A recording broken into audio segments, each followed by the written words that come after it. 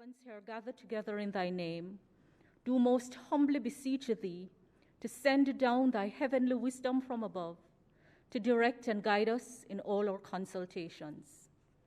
And grant that, we having thy fear always before our eyes, and laying aside all private interests, prejudices, and partial affections, the result of all our counsels may be to the glory of thy blessed name, the maintenance of true religion and justice, the safety, honor, and happiness of the Queen, the public weal, peace and tranquility of the island, and the uniting and knitting together of the hearts of all persons and estates within the same, in true Christian love and charity, one towards another, through Jesus Christ our Lord. Amen.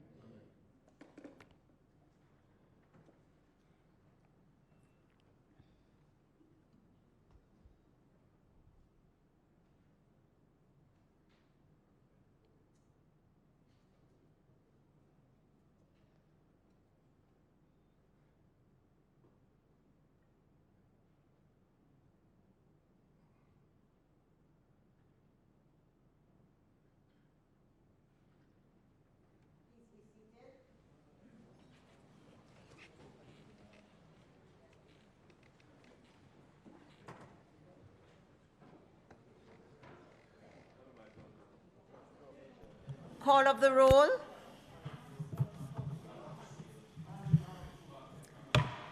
Before we do the call of the roll, this honorable House now resumes its sitting. Call of the roll, Madam Clerk.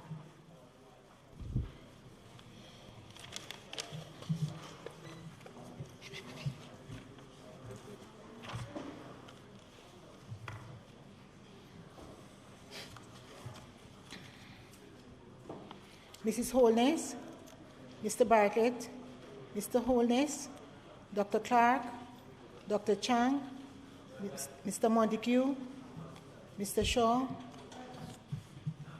Mr. Samuda, Ms. Grange, Mrs. Williams, Mrs. Mallow-Fort, Dr. Tufton, Mr. McKenzie, Mr. Chuck, Mr. Vaz, Mr. Warmington, Mr. Hutchinson, Mr. Charles, Mr. Green, Mr. Terry Long, Ms. Smith, Mr. Main, Dr. Dunn, Mrs. Cuthbert Flynn,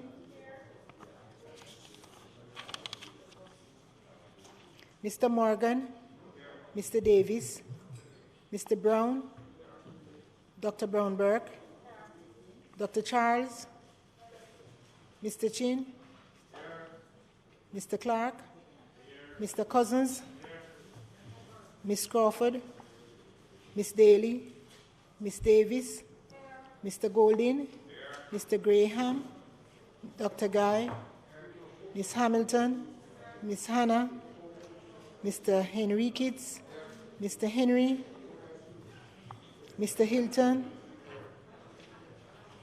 Mr. Jackson, Mr. Lawrence, Ms. Lee, Mr. Miller, Ms. Morrison, Ms. Nita, Mr. Paulwell, Mr. Phillips, Dr. Phillips, Mr. Robertson, Mr. Robinson, Mr. Sibbles, Mr. Slowly, Mrs. Vaz, Dr. Wheatley, Mr. Williams, Mr. Wilson, Mr. Witter, Mr. Wright, Dr. Tufton,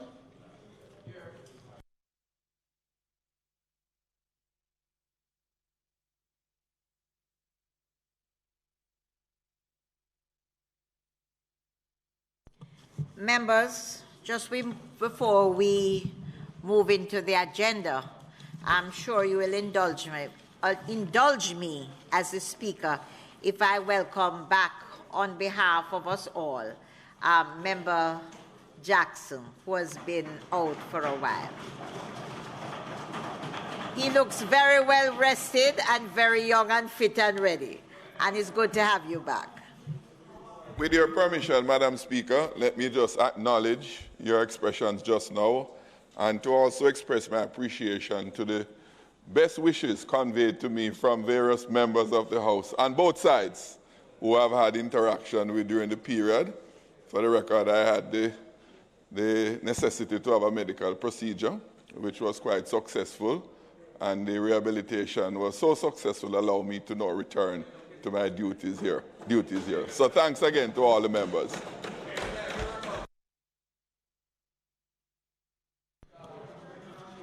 Statements by ministers. Announcements. Laid on the table of the House today are the following: Ministry Paper number 28 of 2021, an annual report of the Planning Institute of Jamaica for the financial year ending December 31, 2019. The University of the West Indies Mona Campus audited financial statement for the year 2019, 2020, 2021-2023 biennium budget and the 2021-2023 Memorandum of Estimates of Needs, and annual report on financial statements of the Housing Agency of Jamaica Limited for the year 2018-2019. Bills brought from the Senate, petitions, papers, reports from committees, notices of motions given orally, questions and answers to questions. Madam Speaker, I beg to give notice that at the expiration of 21 days, I will ask the Minister of Health and Wellness the following questions. Motions that may be made at the commencement of public business requiring notice. Motions relating to sittings of the House. Motions for leave to introduce bills. Presentation of bills without leave of the House first obtained. Public business. House Leader. Madam Speaker, at this time we will resume the sectoral debate, and I call upon the designated contributors, Honorable Audley Shaw, Minister of Industry, Investment and Commerce, and he will be followed by Mr. Mikael Phillips, MP Manchester Northwestern. Member, the Honorable Minister Audley Shaw, and you have permission to speak from a seat other than your own. So go right ahead.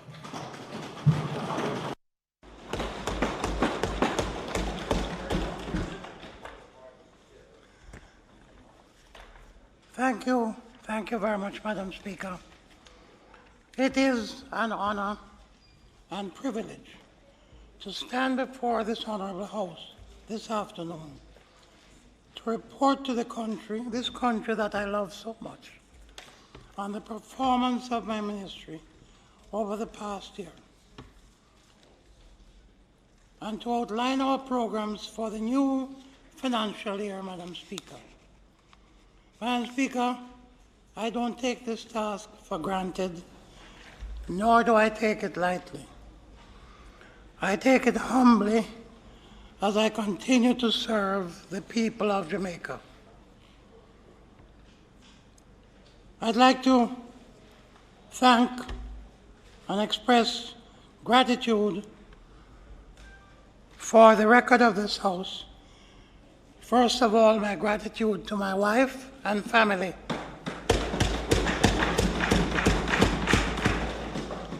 who are not here with me now because she's taking care of a 11-year-old daughter who just went back to school to prepare for PEP exams in 2 weeks. So she's at school and then she has extra lessons this afternoon. I also want to thank the people of my constituency, Northeast Manchester. Madam Speaker, time has moved so fast that I can now report to you that I'm now serving 28 years as Member of Parliament. And I don't want to sound like I'm bragging, Madam Speaker, but just for the facts, I am now the longest serving Member of Parliament for the parish of Manchester.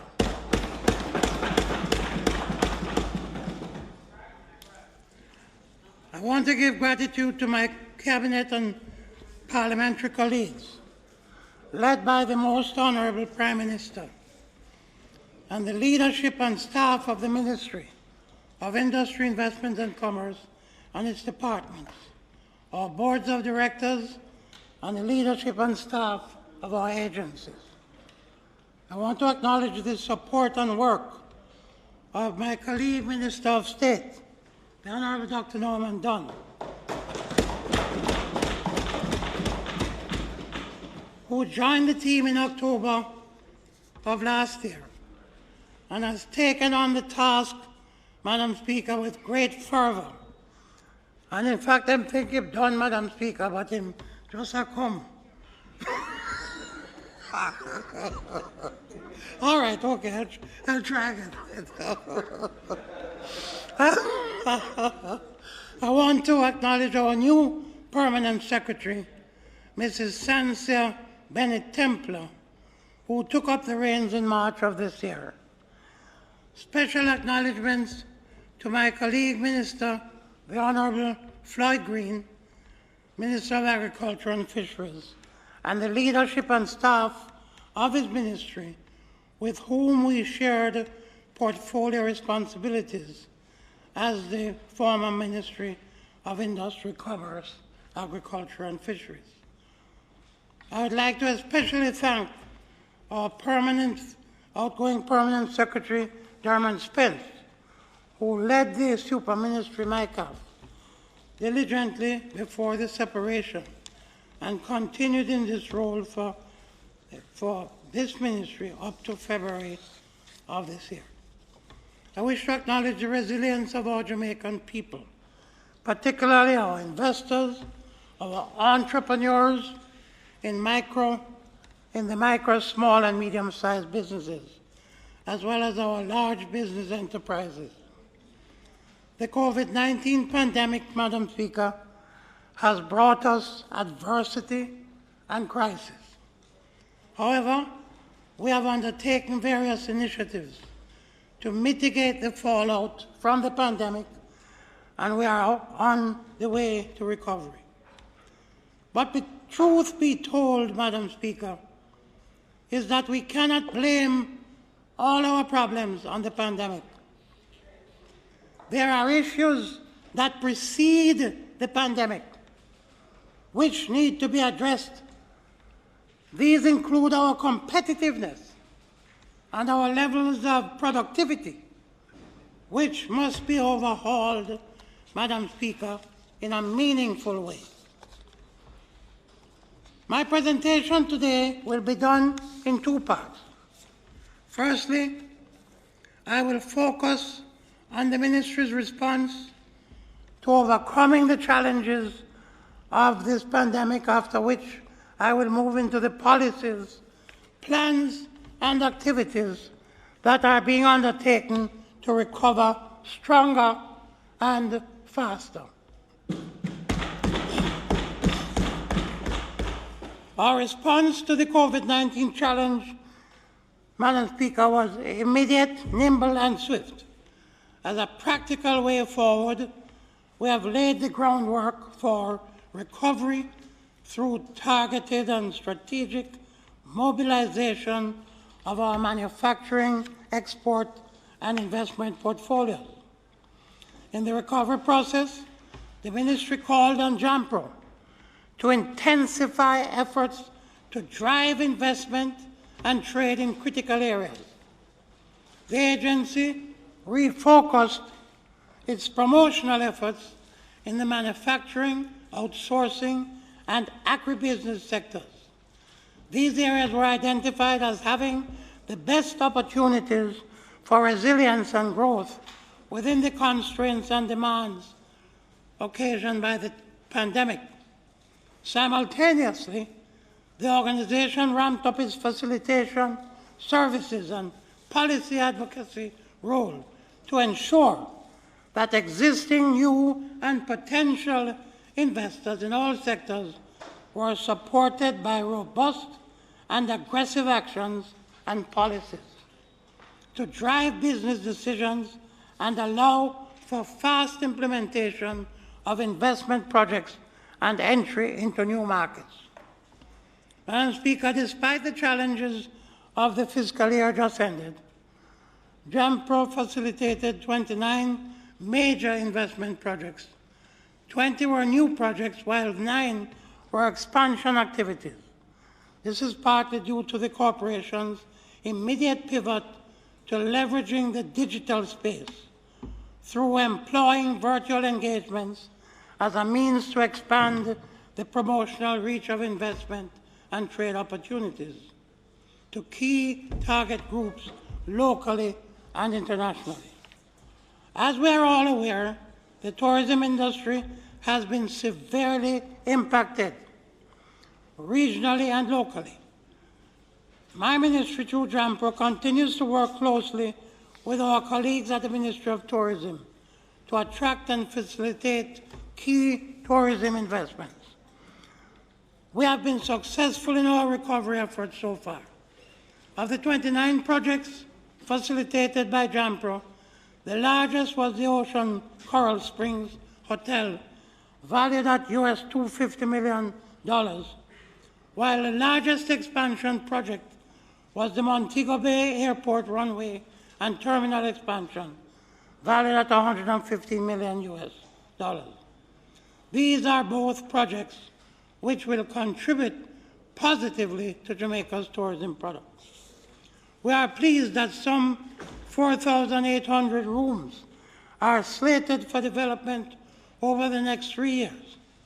This demonstrates that despite the pandemic, investor confidence in this sector, tourism sector, remains strong, and the ministry, through JAMPRO, will continue to facilitate further investment in the sector. JAMPRO, despite the challenges, has recorded the injection of almost US $215 million in local direct investment and foreign direct investment into the local economy, creating 6,500 new jobs, while also facilitating over US $755 million in traditional and non-traditional export sales for its clients. Recognizing that economic recovery for Jamaica is substantially tied to the growth of MSMEs, Madam Speaker, the ministry actively responded to drive export and trade for the agricultural and manufacturing MSMEs by utilizing virtual business-to-business meeting platforms and facilitating virtual engagement with global buyers. We pivoted well. The flagship enterprise development for economic growth program, Export Max, provides focused capacity building and market penetration support to 50 exporting and export-ready firms. The resilience of MSMEs under the Export Max program is evidenced by 30% of the companies recording significant increases in their 2020 export sales over 2019.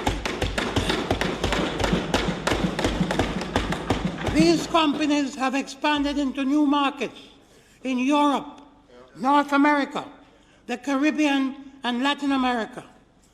Commendably, Madam Speaker, a small company has grown to a medium enterprise with projected earnings of more than $240 million for 2021. As a responsible government, we responded immediately to the financing needs of the MSMEs. Through the Exim Bank, 444 loans valued at 4.5 billion Jamaican dollars were disbursed to some 100 MSMEs. Furthermore, over 60 of Exim's clients were provided with the opportunity to save their businesses through loan restructurings and payment holidays to the tune of almost $1 billion. The ministry also intensified our efforts to transition more of our MSMEs from informality to formality. It is estimated that approximately 43% of the Jamaican economy operates informally. We welcome the support from the International Labour Organization, which partnered with us for a formalizing project valued at $70,000 to benefit 100 participants in the first instance. And Madam Speaker, a little later in my presentation, I'm going to come back to the issue of formality versus informality, because I want our small businesses to know that one of the consequences of becoming a formal business is that you will have access to cheaper money to make your business more competitive. Now, coming back to that. In our quest to recover faster and stronger through harnessing opportunities for advancement in the trade sector, several significant initiatives were mobilized to realign our strategic priorities to achieve growth. These include widening our export basket to include not just our traditional export products, but also non-traditional products such as our craft and nutraceuticals, placing targeted focus on the Northern Caribbean markets in a bid to diversify markets, continuing coordination of trade facilitation measures to improve the business climate for local and international traders. Madam Speaker, manufacturing remains one of the most resilient sectors of our economy. The disruption in the traditional global supply chain presented local businesses with the opportunity to enter new export markets in North America and the Caribbean. Locally, new linkages were established between manufacturers and companies in the service sectors such as tourism and business process outsourcing. Our homegrown manufacturers seized this opportunity to enter new export markets in North America and the Caribbean, supplying buyers that experience disruptions in their traditional supply chains. Manufacturers increased production and the sale of products such as rubbing alcohol, hydrogen peroxide, pharmaceuticals, masks, paper towels, and household and industrial cleaning chemicals.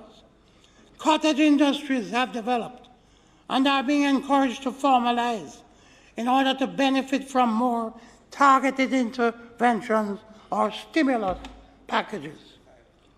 Jerry and Nephew, Madam Speaker, was one of the early responders which quickly adapted their manufacturing process to produce bulk hand sanitizer. 100,000 liters of high-strength alcohol was used to produce sanitizing and cleaning agents for hospitals and homes. In my presentation in the sectoral debate last year, I noted then, Madam Speaker, that over the last 5 years, the manufacturing sector has been experiencing the most robust growth of any period during the last 25 years, recording an average quarterly growth of 2.2%. The COVID-19 pandemic had a mixed effect on the sector. The Jamaica Manufacturers and Exporters Association reported a 14.5% decrease in demand for goods among 44% of its membership. Alternatively, however, 33% of its members reported an increase in sales of over 11%. In terms of sales revenues, in the fourth quarter of 2020, some 62% of manufacturers saw a 3.8% decline when compared with the first quarter results. But again, 20% of JME members, EA members, reported an increase in sales revenue in the fourth quarter, moving up from 13% in the third quarter, while 17% reported stable sales. And that is commendable, Madam Speaker. To support the sector, the Ministry continues to play its part in expanding fiscal incentives to qualified manufacturers. In this regard, we have bolstered the productive input relief for manufacturers and continued with adjustments to the treatment of site visits for re-verification of manufacturing status. Additionally, at the onset of the pandemic, an extension of the PIR for 6 months was granted for expired manufacturing status. We are recovering, Madam Speaker, faster and stronger. The Ministry and its counterparts across the government and within the manufacturing sector remain steadfast in our efforts to close all the gaps and seize all the opportunities for growth of this important sector and critically for the expansion of exports.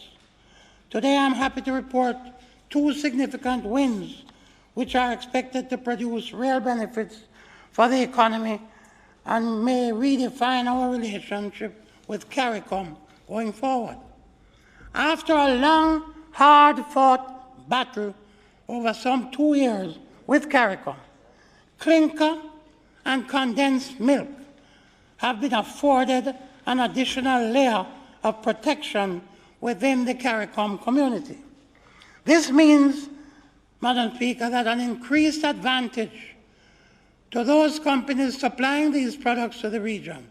Consequently, imports of like products from outside the region cannot be granted any unilateral reduction in common external tariffs without the agreement of all CARICOM member states. This means that in the case of separate, for example, producers of condensed milk, their over $77 million investment has not been in vain. The Caribbean Cement Company invested approximately $12.5 billion Jamaican dollars between 2016 and 2020 to expand the capacity to increase production. As a result, the company has boosted its production capacity to 1.32 million metric tons of cement. That is the highest amount of cement they have ever produced in Jamaica. They are expected to invest a further $1.75 billion between 2021 and 2023 to improve its efficiencies and continue to increase its capacity. This expansion supports the growth in the construction sector, which is one of the few sectors that shows consistent growth during this difficult period. This sector presents an opportunity for further investments in areas such as housing, to include the diaspora and the projected growth in the tourism sector. Madam Speaker, I mention the diaspora because, you know, the diaspora, depending no matter where they are, they're getting a little nervous. And they're looking at coming back home to Jamaica. And we have to prepare for them, provide housing for them, provide protected housing schemes for them, let them feel welcome and comfortable.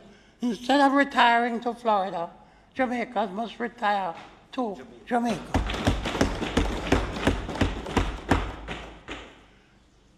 The projected growth in the tourism sector as well. We are bullish on this, and we believe that the diaspora has the potential to contribute to Jamaica and are prepared to make the necessary investment in retirement villages, among other areas. Other small manufacturers would have also seen successes despite the challenges presented. In April of last year, Quality Incorporations 7 Limited, a Jamaican manufacturer, exported tissue, toilet paper, to the United States. It was the first shipment of that kind to the U.S. from Jamaica, opening up a new avenue for export product diversification. In pursuit of larger markets, another paper products producer, San Myrna Paper Products Limited, followed in their footsteps in October of last year and now plan to set up a manufacturing plant in Nigeria, Madam Speaker. It's a Jamaican company. The manufacturing sector is projected to get an even more significant boost from the implementation of the National 5-Year Manufacturing Growth Strategy, which was tabled in Parliament last year, July. The goal of this strategy is to achieve Jamaica $81 billion per annum in manufacturing output by 2025. And Madam Speaker, I want to say that's a modest target. We're going to beat it. We're going to make sure that we get closer to $100 billion as our target. This translates to an approximate annual average growth rate of 3% over the 5-year period. A manufacturing coordinator will be engaged shortly to drive its implementation. And we will be working closely with the Jamaica Manufacturers and Exporters Association, the private sector organization of Jamaica, and all of the other relevant entities to make sure that we assist to move the roadblocks wherever they are so that we can have them making it easier to do business in Jamaica. We recognize that growth and expansion constitute the new normal for this sector. Going forward, the plan of action as recommended by industry stakeholders includes greater emphasis on digitization of the sector, improved systems for productivity, innovation, logistics, supply chains. Madam Speaker, many of the members in this House are too young to remember or to know, unless they read it in our history books, that in the 1960s, Jamaica had one of the highest levels of productivity in the world, in the 1960s. Our economy was growing then by an annual average of 6%. In 1971, in one single year, Jamaica's economy grew by 11.5% in 1 year. And in 1972, I'm not going to go there, we had to change the government. I'm not going to go there now, right? But we went into reverse. And we had a concept never known before to Jamaica called negative growth.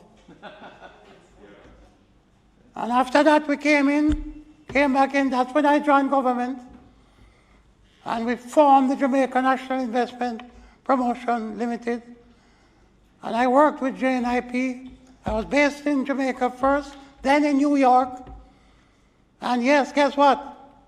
By 1987, we brought the economy back to 7% annual growth. And despite Hurricane Gilbert in 1988, the economy still grew that year by 3%. We have to use history to motivate us to get back onto the platform of aggressive economic growth. As part of the continuing thrust to expand and diversify the manufacturing sector and to respond to the challenges created and improve efficiency, the Ministry has spearheaded the establishment of a manufacturing and export growth team to drive the implementation of strategies geared at increasing and diversifying export products and markets. This initiative is a public-private partnership chaired by my Minister of State in my ministry, Dr. Norman Dunn, and co-chaired by Mr. Gary Butch Hendrickson, representing the private sector. Through this team, Madam Speaker, the lobby for the removal of the Customs Administration fee was also accelerated and now derives real benefits for our small businesses. The MSME sector is now able to maximize opportunities for exports and enhance their ability to grow and develop without this onerous tax burden on exports up to a value of US $500. Madam Speaker, while the original request of the team was for the complete removal of the CAF, we understand the delicate balance between revenue generation and export promotion. We want to thank the Prime Minister and the Minister of Finance and the Public Service for the support, especially at this critical time, and we will seek further adjustments as the economy stabilizes and grows. At the start of the pandemic, the business process outsourcing industry experienced challenges of layoffs and loss of contracts, moving from an industry peak of 43,000 employed in December 2019 to just over 35,000 in June of last year. The greatest challenge faced was the sector's need for flexibility in order to maintain jobs within the context of COVID-19 protocols. This was quickly facilitated by the government, approving the sector as an essential service and allowing temporary work from home arrangements. This has proven to be a good policy in stabilizing employment for the sector. Subsequent approvals under the Customs Act allow the flexibility for employees to continue to work from home. This significant change represents a major triumph for the industry, enabling the sector to rebound, resulting in rehires and expansions of existing clients, as well as increase in the progression towards higher value-added outsourcing services.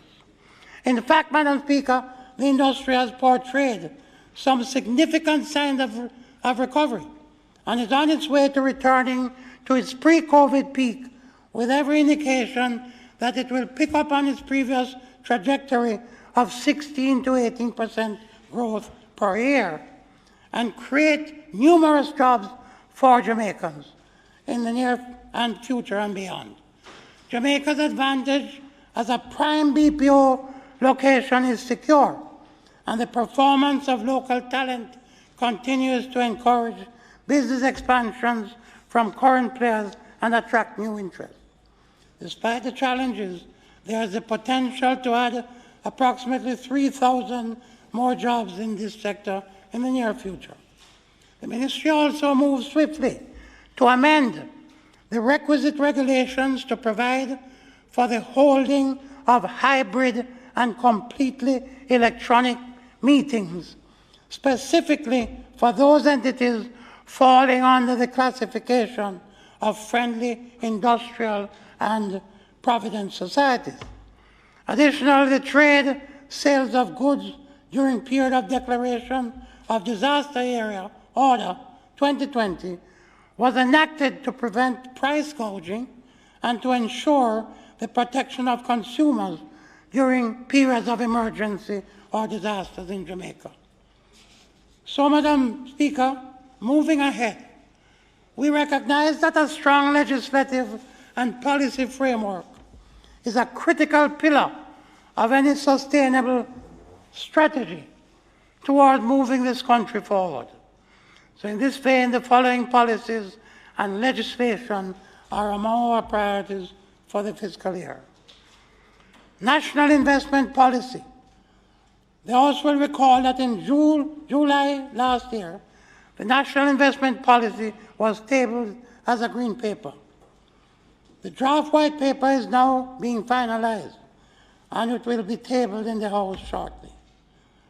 I have spoken earlier about the resilience of the BPO sector to ensure continued growth.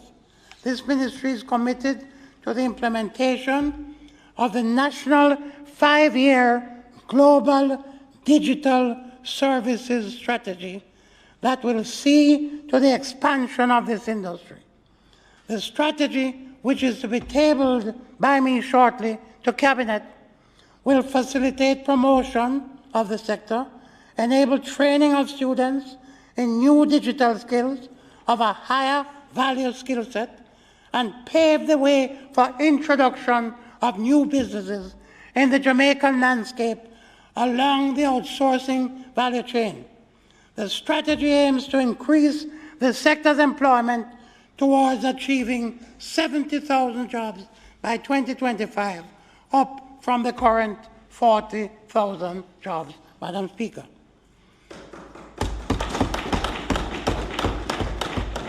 The Ministry and the Ministry of Agriculture and Fisheries continue to work closely in implementing the National 5-Year Agribusiness Strategy.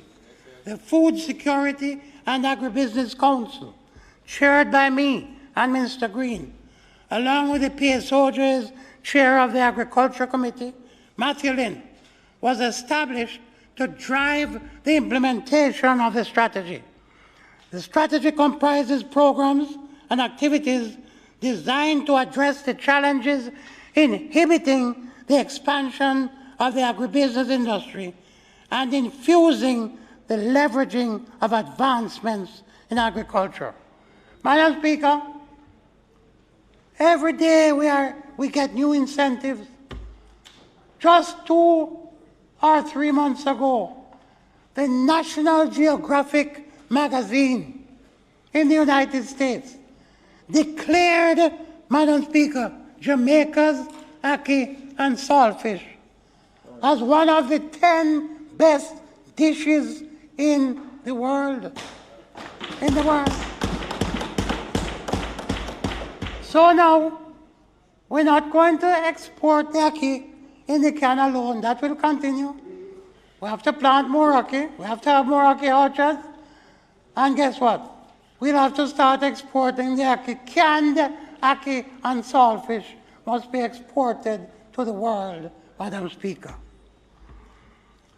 The national sourcing policy is also being advanced to rebalance the shortfalls in the impact of foreign direct investment on economic growth, and is intended to increase linkages between micro, small, and medium-sized enterprises and multinational cooperation. I will be advancing this policy in Cabinet shortly. A bill is being drafted to amend the Companies Act to allow a company in Jamaica to hold general meetings, whether annual, general or extraordinary general meetings, as hybrid meetings, that is in person or virtually, or as completely electronic meetings. This amendment is expected to be tabled by me in this Honourable House by the end of this month, Madam Speaker. Further amendments are to come shortly to improve efficiency in relation to the incorporation of companies and deter against companies being used for money laundering and other illicit activities. Madam Speaker, the Ministry and its partners will also continue to create an enabling environment for emerging industries such as cannabis and bamboo, which will lead to increased GDP contribution and employment. Recovering faster and stronger is not just a catchphrase, Madam Speaker. It must include the advancement of these two industries as we continue to diversify the manufacturing sector.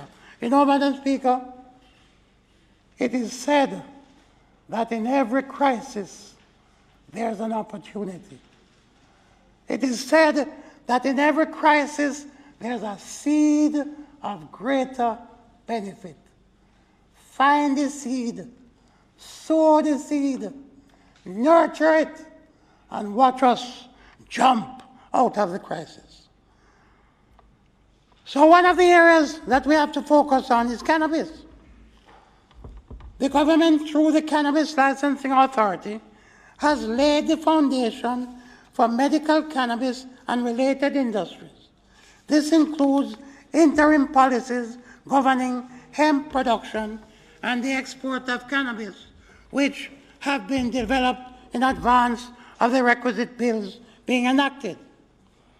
As at March 31st, the CLA had granted 78 licenses for cultivation, processing, transport, research and development, and retail, of which 13 were issued in 2020-21 financial year. Additionally, 8 no objections to cultivate hemp have been issued. At most important development, Madam Speaker, is the progress being made in the United States with the Safe Banking Act, which was approved in the U.S. House of Representatives recently and is yet to be considered in the Senate. We await this development with great optimism, as passage of the Act will allow for financial institutions to do business with legitimate medicinal cannabis companies. The participation of the financial sector is critical to the success of the medicinal cannabis industry for both large and small investors. It finally appears that we are that much closer to solving the correspondent banking issues which have long plagued this industry and have caused its anemic growth. Madam Speaker, December 2 of last year represented significant win for cannabis with the removal of cannabis and cannabis-related substances from the United Nations Schedule 4 of the Single Convention on Narcotics Drugs, 1961.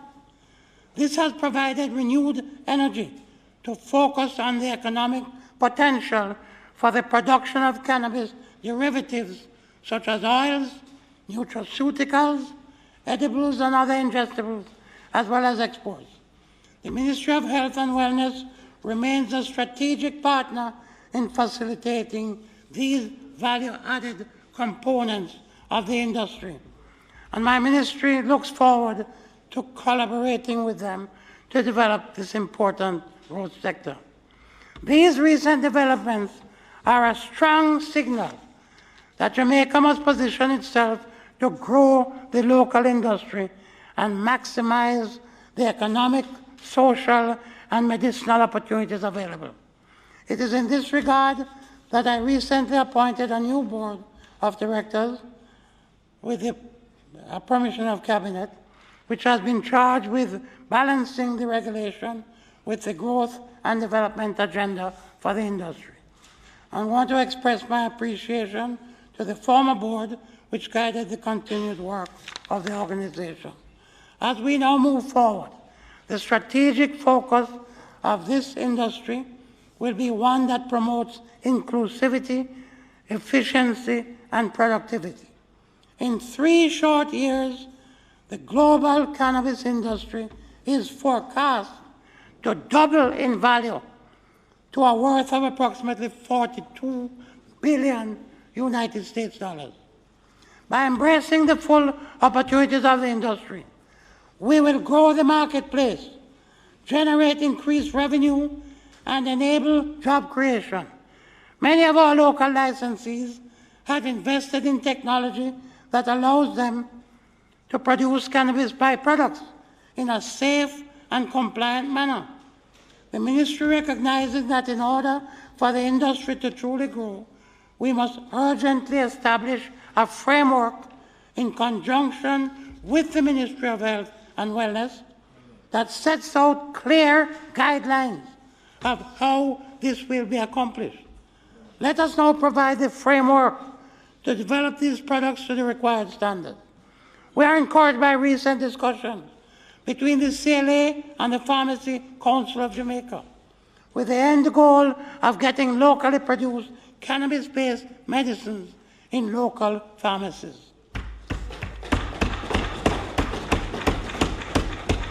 It is ironic, Madam Speaker, that we are importing things like hemp coming from abroad, sell them in our pharmacies, and we don't have hemp from Jamaica being sold in our pharmacies.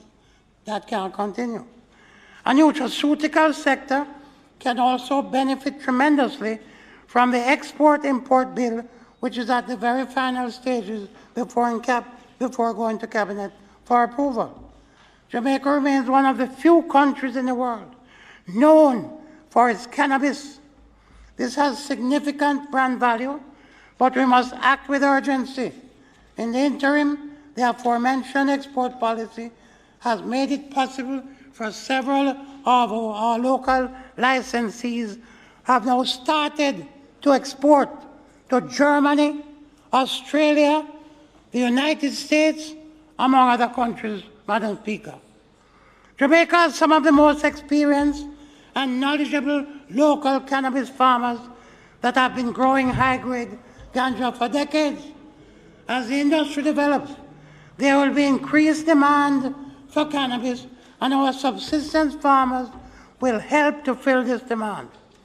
This is the basis for the cultivator's special permit, which will reduce the barriers to entry for our subsistence farmers by having lower fees and fewer infrastructural requirements.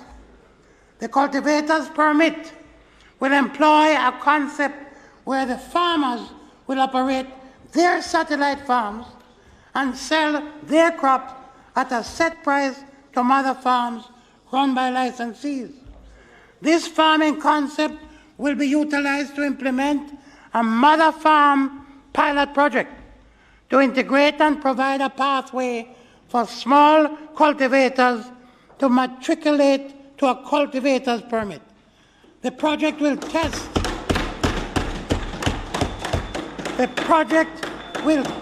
the framework for the cultivator's transitional special permit.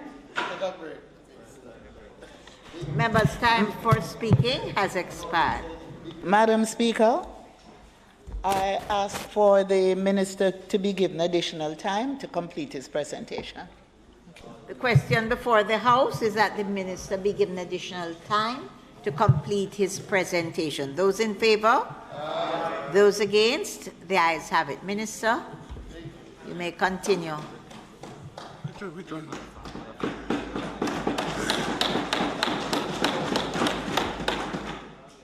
Madam Speaker, I want to repeat the need to implement a mother farm pilot project to integrate and provide a pathway for small cultivators to matriculate to a cultivator's permit.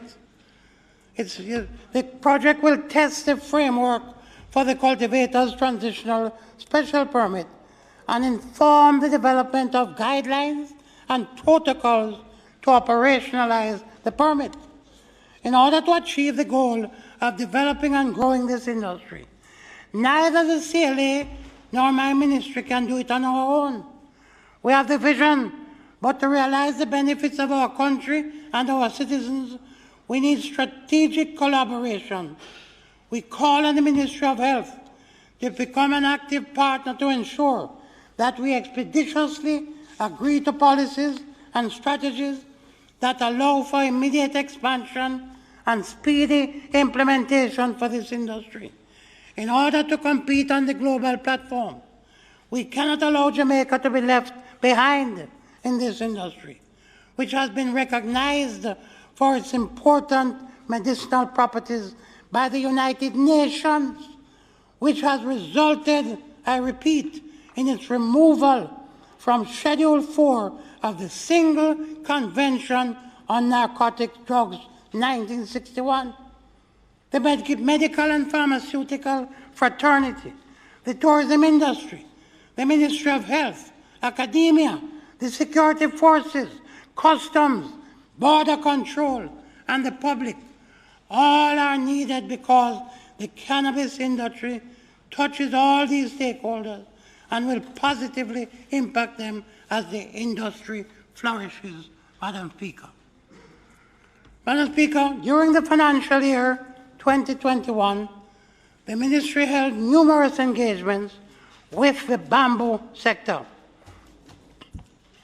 Jamaica has vast acreages of bamboo, estimated at 160,000 acres, which is currently growing wild. While industrial development in Asia has resulted in domestic bamboo sectors in countries such as India and China growing in value to US $4 billion, and in China, $32 billion US dollars, respectively. Bamboo in Jamaica remains, apart from some yamstick, it remains underutilized. There is an opportunity for Jamaica to tap into this lucrative industry through the growing of bamboo commercially. It also presents an area of opportunity for farmers in rural areas of Jamaica and for the expansion of light manufacturing. The Bureau of Standards, in collaboration with the National Housing Trust and the Bamboo Industry Association of Jamaica, are implementing the potential use of bamboo in affordable housing projects. You hear that, Madam Speaker? The potential use of bamboo in affordable housing development project. The project, which is funded by the National Housing Trust in the amount of $54 billion, involves conducting research in the use of bamboo in all aspects of the construction of houses, such as tiles and drywalls, the construction of model bamboo houses. The initial research is to determine the appropriate bamboo techniques to be applied to the Jamaican bamboo, which, as you know, we have to have a special name already, Bambusa vulgaris.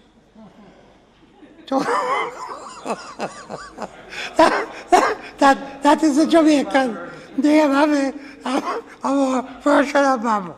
Okay, but I won't repeat it again. I'll have you repeat it. And dry the bamboo as well as make building material such as bamboo mat boards, load-bearing beams, and wall partitions. The research component of the project will be completed by December of this year, to be followed by the construction of model houses. This, we believe, offers tremendous opportunity for import replacement for items such as plyboards and other building materials. Madam Speaker, the country now has the opportunity to build a bamboo pulp and paper mill, the first of its kind in the English-speaking Caribbean. The ministry has been engaged with the investor in advancing this project to establish The mill site in Frome, Westmoreland, valued at approximately United States almost $300 million, $296 million. The company requires a total of 20,000 acres of arable land to establish bamboo orchards to meet the 1 million tons of bamboo fiber required per year. Madam Speaker, this opens up opportunities for farmers and owners with land, many of which were in sugar and is not in there anymore, and the land is lying idle. Land that is suitable for bamboo cultivation. Contract cultivation is also under consideration within the surrounding communities and even communities afar. The project estimates a total of 500 direct jobs and approximately 5,000 indirect jobs being added over the next 10 years. The Bamboo Industry Association of Jamaica has secured a commitment from Resource Fiber Limited, a US-based company, to purchase bamboo mat boards from Jamaica if the samples made from the local species meet the company's specifications. In light of this, a bamboo mat board sample development project was proposed. Funding in the sum of $2.7 million has been provided through the National Housing Trust as a part of the current potential use of bamboo in affordable housing project. The sample mat board project started in March of this year, will run for 3 months. We want to take advantage of the export opportunity which is presented and the potential to further diversify the bamboo industry to provide channels for greater investment in the industry, Madam Speaker. In addition to all of this, we have received grant funding in the sum of US $1.9 million from the Chinese government for the development of a bamboo industrial demonstration facility. This facility will focus on capacity building and demonstration workshops for farmers and investors, knowledge and skills, transfer to local participants, and community development. The plant will offer space for training and the manufacture of furniture for schools, bamboo charcoal, toothpicks, barbecue sticks, straws, disposable utensils, and other craft items. The government of Jamaica will contribute US $500,000 to this important project.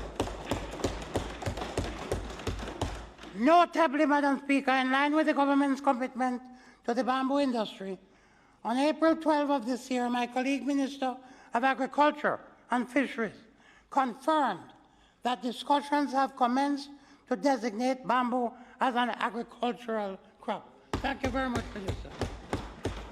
So it won't just grow wild on the riverbank anymore, on the hillside, but we're going to put in bamboo orchards. This is welcome news. It will allow for the much-needed extension services of RADA to be applied to the cultivation of bamboo, and it also holds promise for structured orchard cultivation of the crop to ensure sustainability, standardization, and to secure a steady supply of raw material for manufacturing. This approach would have a significant impact on the value-added products which Jamaica will be able to produce. Madam Speaker, I turn now to a sector that is near and dear to my heart, the small and medium-sized sector. We call it the MSME sector. As you know, Madam Speaker, or you might not know, I'm a proud son of Christiana in Manchester.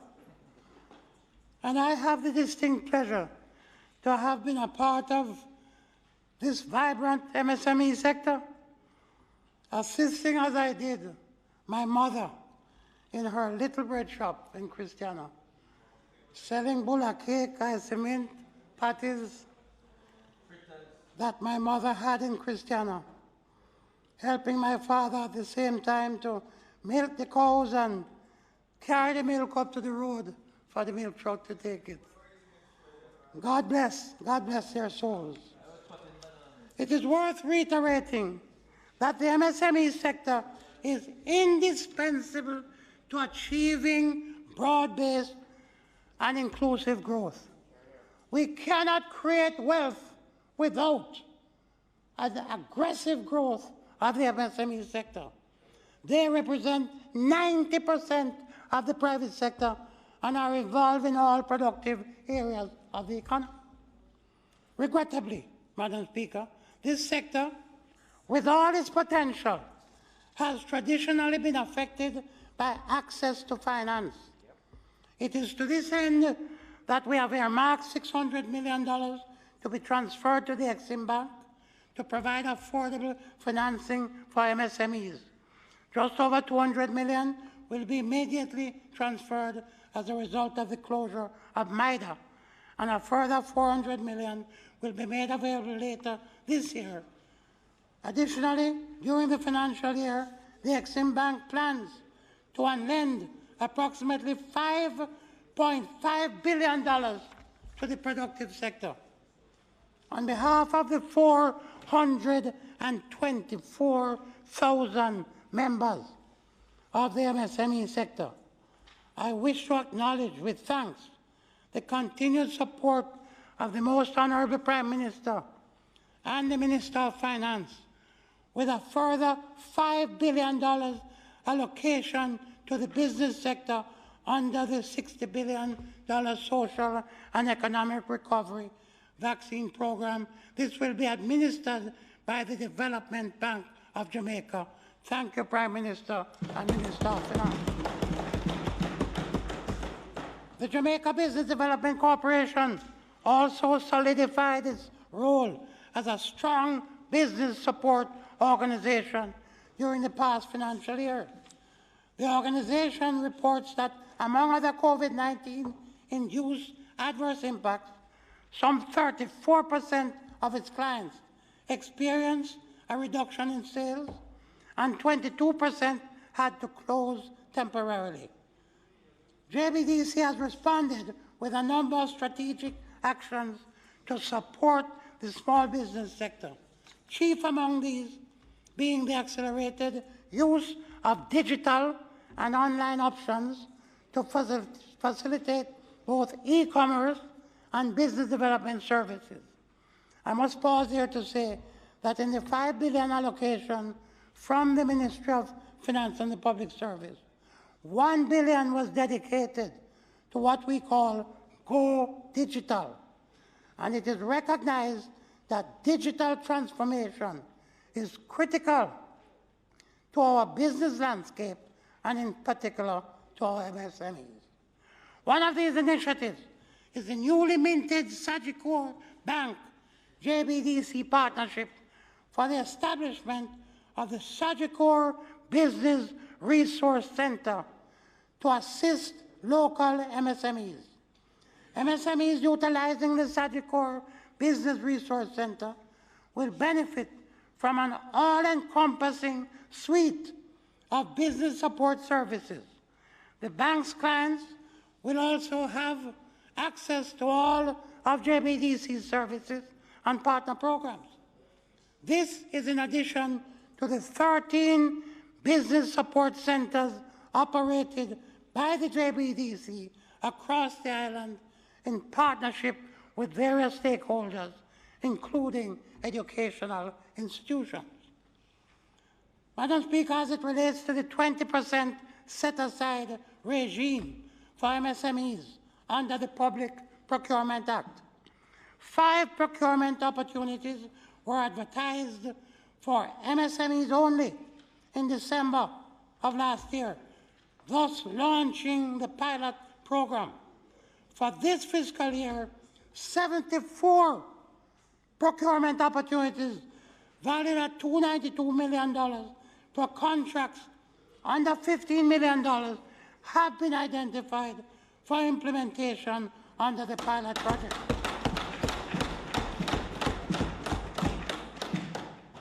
I want to say here and ask the Speaker to forgive me and the Prime Minister to forgive me from departing from my text briefly.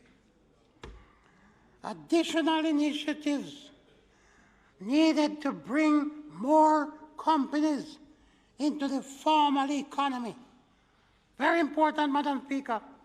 43% of our businesses are not in the formal economy, and that is why some of them have so much problem getting money to borrow, because they are not in the formal economy. So, when I was Minister of Finance in 2009, we established the Junior Stock Exchange. That has been, without question, a tremendous success. All when my friend over there tried to close it down. And I came back in, and it wasn't his fault. Somebody else was asking to close it down. I came in, I made sure it wasn't closed down. And since then, the Junior Stock Exchange has helped the stock exchange to grow, to become one of the fastest growing stock exchanges in the world. So now, what I'm saying now, and this is where I might get myself in trouble, but it is my responsibility to put it on the table. Now, in order to get more small businesses having access to affordable financing while becoming formal at the same time, I have said it to the PM in a note already. It is time for Jamaica to consider the establishment of a micro stock exchange, which will be along the same lines of the Junior Stock Exchange, and it becomes a methodology to help us to move companies into the formal economy.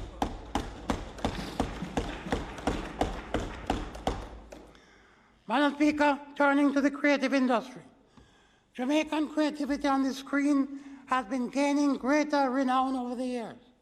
Films like Sprinter have done well, and it reiterates the point that Jamaica continues to have many stories to tell the world. To support this, my ministry is determined to put in place a screen development initiative that offers the opportunity to content developers to make their projects become a reality through pre-production, production, and marketing support. Over the years, the Jamaica Film Commission, in partnership with the Jamaica Film and Television Association, has been providing support to the Propeller Initiative, which has seen the production and marketing of several short films. And we believe that we can do more. JAMPRO is in the final stages of developing a concept for the review of the finance ministry and the approval of cabinet, under which we are hoping to roll out greater support to the creative community within this current year. It is fairly easy, Madam Speaker, to start and register a business in Jamaica. During 2021, Jamaica maintained its high ranking associated with starting a business indicator on the World Bank's Ease of Doing Business survey, where Jamaica ranked 6th among 190 economies for starting a business, number 6. That was in 2020, thus maintaining its 2019 rank. Jamaica is ranked number 1 of all the countries in Latin America and the Caribbean in relation to the number of procedures required to register a company, which was better than the countries of the European Union and the OECD. Jamaica's 2020 Ease of Doing Business Frontier score for starting a business was 97.4, with the maximum score being 100. In spite of COVID-19, During the 2020 calendar year, the number of companies registered was 2.96% above the number registered in the previous year, while the number of business names registered was 13% above the previous year's accomplishment. Madam Speaker, along with the security interest in personal property regime, we need to strengthen our intellectual property framework. The lack of knowledge and underutilization of the IP opportunities presented to Jamaica as a real tangible asset has been missed on many occasions. IP is a springboard for income generation, employment, wealth creation, especially with the creative industries and the small business sector. It is with this in mind, Madam Speaker, that the Ministry is working with JIPO to strengthen the IP infrastructure. Madam Speaker, this brings me to a critical piece of legislation, the Madrid Protocol, which successive administrations have tried to advance without success. I am therefore happy to report that this long-awaited and anticipated amendment of the Trademarks Act to support Jamaica's accession to the Madrid Protocol. It was tabled in the House on April 13 by me, Madam Speaker. Tomorrow, I am pleased to be opening the debate on this legislation, which will allow for interested parties to protect their trademark in multiple jurisdictions by filing a single registration in participating countries. This is a major initiative. The JMEA, PSOJ, been crying out for it, particularly for the manufacturing sector and MSMEs that are already faced with limited capacity and finances. So, Madam Speaker, as I leave that point, let's say you had a product that you want to target 20 countries in the world. Under the old system, you have to register in all 20 of them, your trademark. Under the Madrid Protocol, you only register one place, Madrid Protocol, and you're automatically registered in all of the countries.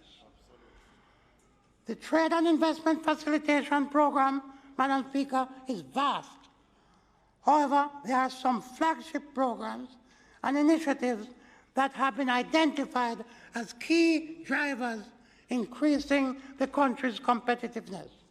As we recover stronger and faster, these include Jamaica Electronic Single Window for Trade, J-SWIFT, the one-stop facility designed to provide fully automated services to enable a single portal for access to the services of all cross-border regulatory agencies. Some 20 state agencies that facilitate imports and exports are earmarked for digitization under the J-SWIFT initiative. The Trade Board Limited was the first border regulatory agency to pilot the full-scale implementation of J-SWIFT with the implementation of export facilitation services on Monday, June 22, 2020, followed by the incorporation of import facilitation services on Monday, July 20 of last year. The Trade Board's launch on J-SWIFT has augured well for efficiency, and the agency is now able to turn around approximately 50% of permit applications within a 24-hour time frame. This is an improvement. This is an improvement on the standard service guarantee of 2 to 3 working days. Since J-SWIFT implementation, over 24,000 permits have been submitted and processed, including the import aspect of the plant quarantine and produce inspection branch of the Ministry of Agriculture and Fisheries. Several other agencies are targeted for completion before year-end, and we have also tasked the Jamaica Customs Agency, which houses and manages the J-SWIFT, to fast-track the onboarding of other border regulatory agencies that have components that are ready for digitization.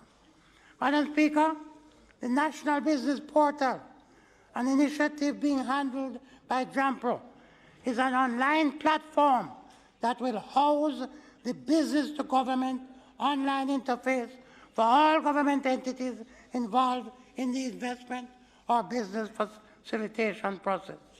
And by the end of the fiscal year, the following processes will be fully automated: registration of pharmaceutical products, accessing the productive input relief for health, entertainment, creative industries, manufacturing, and agriculture, applying for cannabis licenses, applying for the divestment of Crown lands, border agency coordination.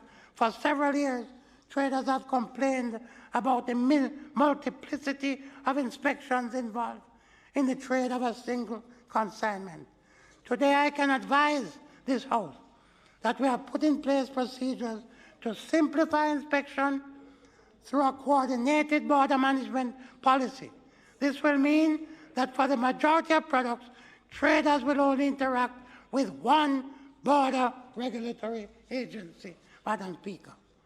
And the governance framework to drive these critical reforms is paramount.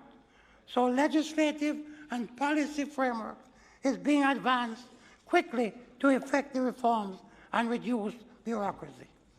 Madam Speaker, investment fuels expansion and growth. And I wish to again salute the work of the members of the private sector, many of whom have been putting their money and other assets where it matters. I have already highlighted new and upcoming investment opportunities for Jamaica. In a bid to continue to foster these investments, JAMPRO will be hosting its flagship event, the Jamaica Investment Forum, which, in keeping with COVID-19 constraints and the new shift to digitization, for the first time, this will be held virtually. But, Madam Speaker, it will be held virtually in October. But guess what?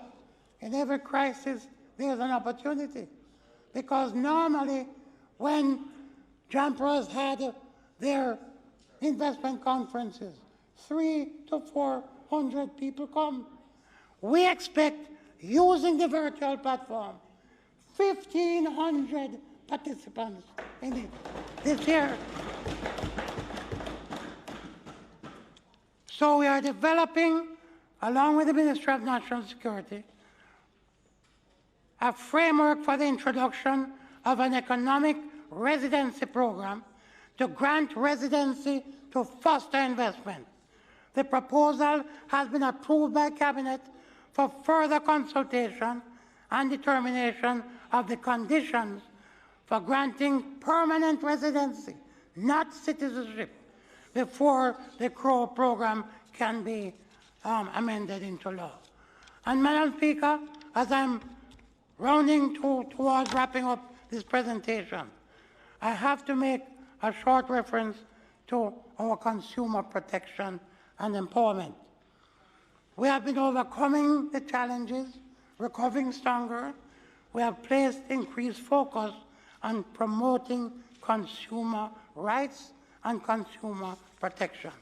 And to that end, we have achieved, through the Consumer Affairs Commission, so far they handled 1,851 complaints last year, resolved 80% of these, secured $22 million in funding for compensation, and they will now expand its consumer protection role after being named in the Microcredit Act 2021.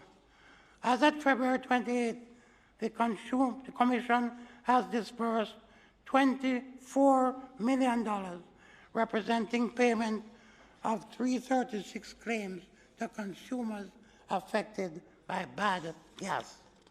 So, Madam Speaker, as the country repositions itself to rebound from the economic downturn, the relevance of accredited testing and inspection services will strengthen our ability. We have one of them, the health and safety of the consumer public is a focus of the National Compliance and Regulatory Authority, NCRA. And they are increasing their inspections in the marketplace to ensure that quality products get to our citizens. I am proud to inform that the Jamaica National Agency for Accreditation, JANAC, maintains its signatory status as a member of the International Laboratory Accreditation Cooperation Mutual Recognition Arrangement, which means that certification and inspection certificates from a JANAC entity are accepted worldwide. The application of the international standards for accreditation, Madam Speaker, the JANAC pre-accreditation approval program for COVID-19 testing was also launched in January of this year. And to date, 22 entities have been pre-accredited under the program. And this, I just mentioned, Madam Speaker, that under the ISO 9001 program, this is an international standard certification of public entities. During last year, 17 public sector entities entered into contractual arrangement with the National Certification Body of Jamaica, NCBJ, to be certified to the ISO 9001 Quality Management System standard. And to date, 8 of these entities have been certified, and the rest will shortly be certified. Yes. So, Madam Speaker, let me just say, as I wrap up with my conclusion, I just want to say, Madam Speaker, I recently assumed chairmanship of the National Competitiveness Council from my very able colleague Minister Darrell Vaz. Since its inception in 2010, this council has been charged to drive the implementation of business reforms in Jamaica. My commitment and passion as the investment minister is well known. Our work with the NCC has been focused on expediting reforms that will have an immediate impact on the business community and on the MSME sector. Madam Speaker, I have to say to you, as I said earlier, Jamaica has to rebuild our levels of productivity. We have to build our levels of efficiency. The data clearly shows that when labor productivity and capital productivity are resulting in a positive level of total factor productivity, when all of that happens, the country's growth rate will also trend up. And that we need our growth rate to start going back up to 4, 5, 6, 7, and 8%, Madam Speaker. So, in the past 2 quarters of the fiscal year, working closely with implementing agencies, the NCC has recorded significant reforms with the completion of the National Spatial Plan and the IT platform that will make it easier to access the spatial data needed to make development decisions. A lot more can be accomplished, Madam Speaker, and in all of this, I would like to speak briefly that digitization and automation are very important for the 4th industrial revolution now underway. not just globally, but right here in Jamaica. The greatest gain of COVID-19 has been the accelerated use of e-commerce, online transactions, digitized forms of business and communication, the survival and recovery of our economy, our business and social interaction. I'm happy to note the increased use of digital platforms and systems throughout our own ministry. To name a few, the digitization of our business and trade facilitation process, digital payment system, market access, the Things Jamaica website under the theme Buy Jamaica, Click Jamaica. More than 2,000 products are now being offered on the website from Things Jamaica, Madam Speaker. So, Madam Speaker, in conclusion, the COVID-19 pandemic is not over. However, we are in recovery mode. As a government, we know what is required of us. We have a duty of care to serve our people and to lead the way along the road to recovery. In every crisis, there's an opportunity to do better. And so as a country, we must seize this opportunity to increase Jamaica's capacity for renewed growth, revitalize industries, as we re-galvanize our efforts to achieve our national vision to increase well-being and the prosperity of our people, building competitiveness, increasing our productivity levels are key components to this revival. This is a time to expand, to improve, to increase. The adversity of COVID-19 has reignited our entrepreneurial spirit and opened new doors for manufacturing and export while protecting our consumers. The adversity has launched a digital revolution, digitizing businesses, social interaction, and opening the way to the digital economy that presents opportunities to recover stronger and faster. Let us use this adversity well. As Jamaicans, we are part of one family, striving for a better country in a post-COVID era.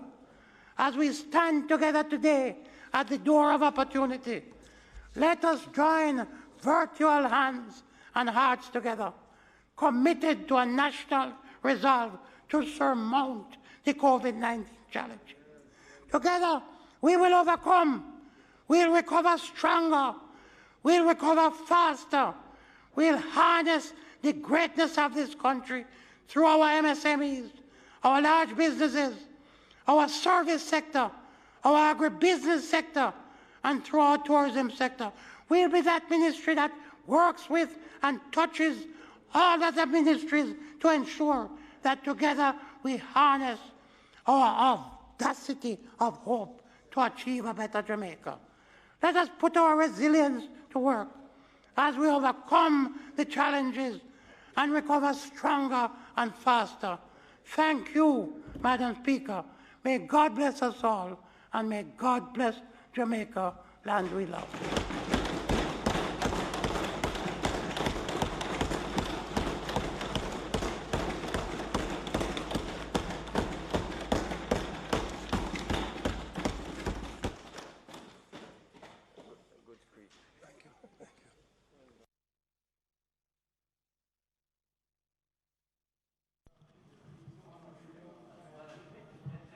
Member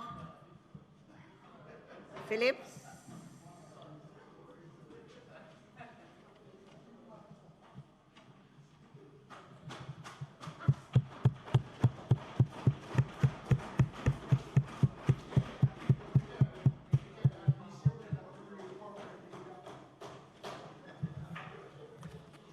Real leader.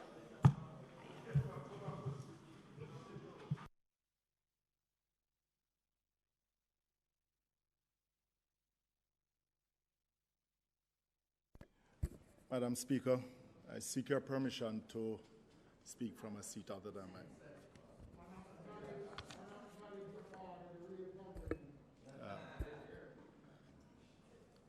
Today, Madam Speaker, I rise to make my contribution to the sectoral debate on the housing, transport, and works portfolio. I will use this opportunity to evaluate and propose solutions for the various initiatives across the portfolio, but specifically on road maintenance and how it can be designed to provide greater benefit to the sector.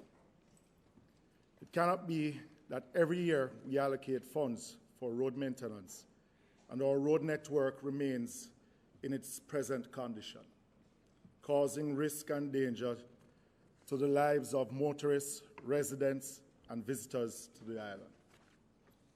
This presentation, Madam Speaker, will evaluate the state of neglect at the Jamaica Urban Transit Company, the non-existent transport policy, and the lack of vision of the Transport Ministry. Madam Speaker, we are in a tumultuous period due to the coronavirus pandemic. This presentation, therefore, takes into consideration our experience with the pandemic, how it has altered our lives beyond the way any one of us could have imagined. However, before getting into the main aspects of the presentation, I would like to acknowledge and express gratitude to a few persons who have made my journey and experience over the last few months better and more fulfilling. I start, Madam Speaker, with the acknowledgement that we are not alone. I have reason to believe that we are being guided by the awesome power of the Almighty, who continues to offer guidance and protection in much of what we do and is deserving of our praise and worship. As we go through the pandemic, we pray for continued mercies. I want to recognize and thank the people of Manchester Northwest for their continuous support and confidence in me as their Member of Parliament. Madam Speaker, I say it each time I am given the opportunity to speak in these debates. They are the reasons why I am here, and I will continue to do everything possible to make them proud of my representation in this honorable House. I would also like to express my appreciation to my parliamentary colleagues on both sides for their continued words of support and guidance, and to the Leader of the Opposition for his counsel and guidance. Madam Speaker, every politician in this building knows that we cannot accomplish what we do without family. My family, my wife, I want to pause to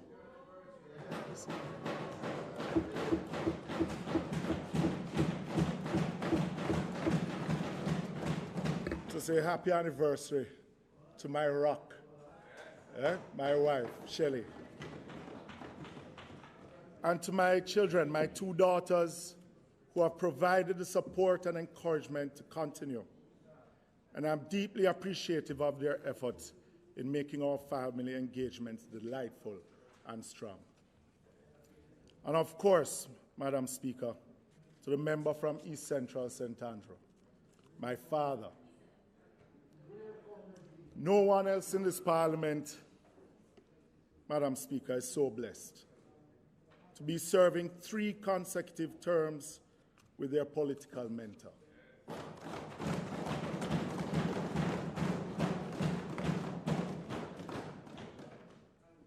Respect you.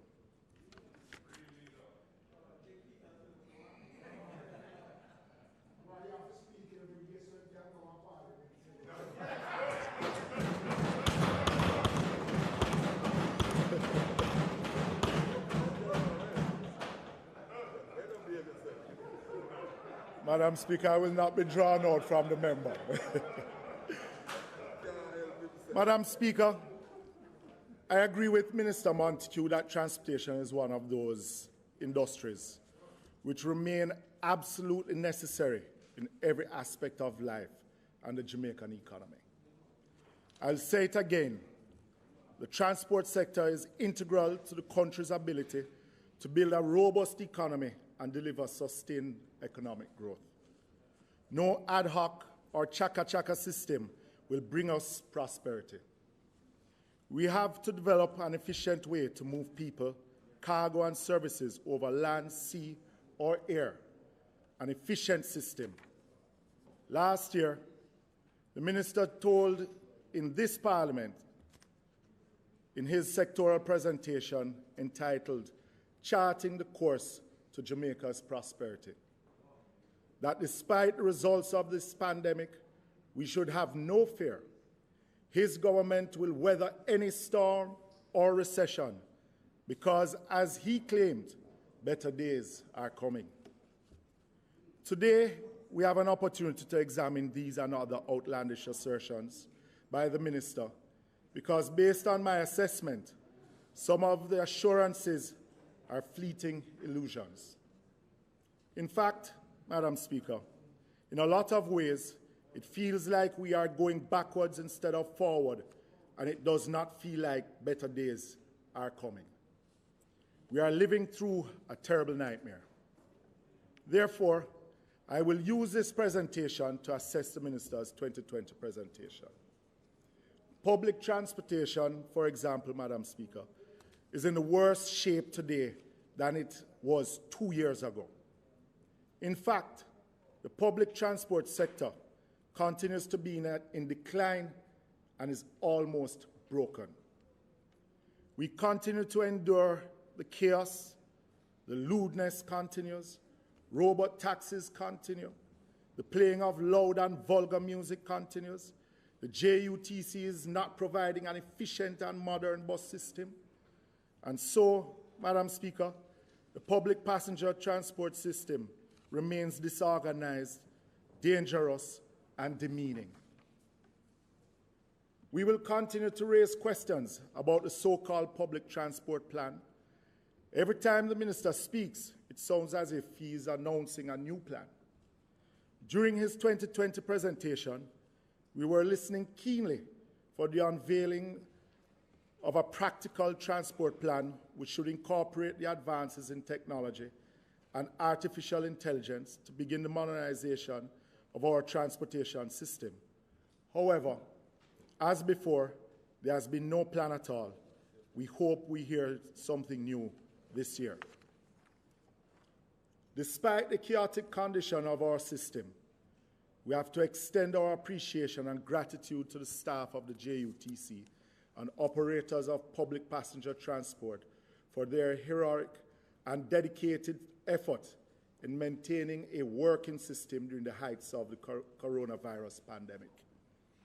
Madam Speaker, I hope when the crisis is over and the country takes a stock of the contribution of those sacrifices made to bring us through, the staff of the JUTC and others in the public transport sector will be listed among the army of responders who delivered for Jamaica.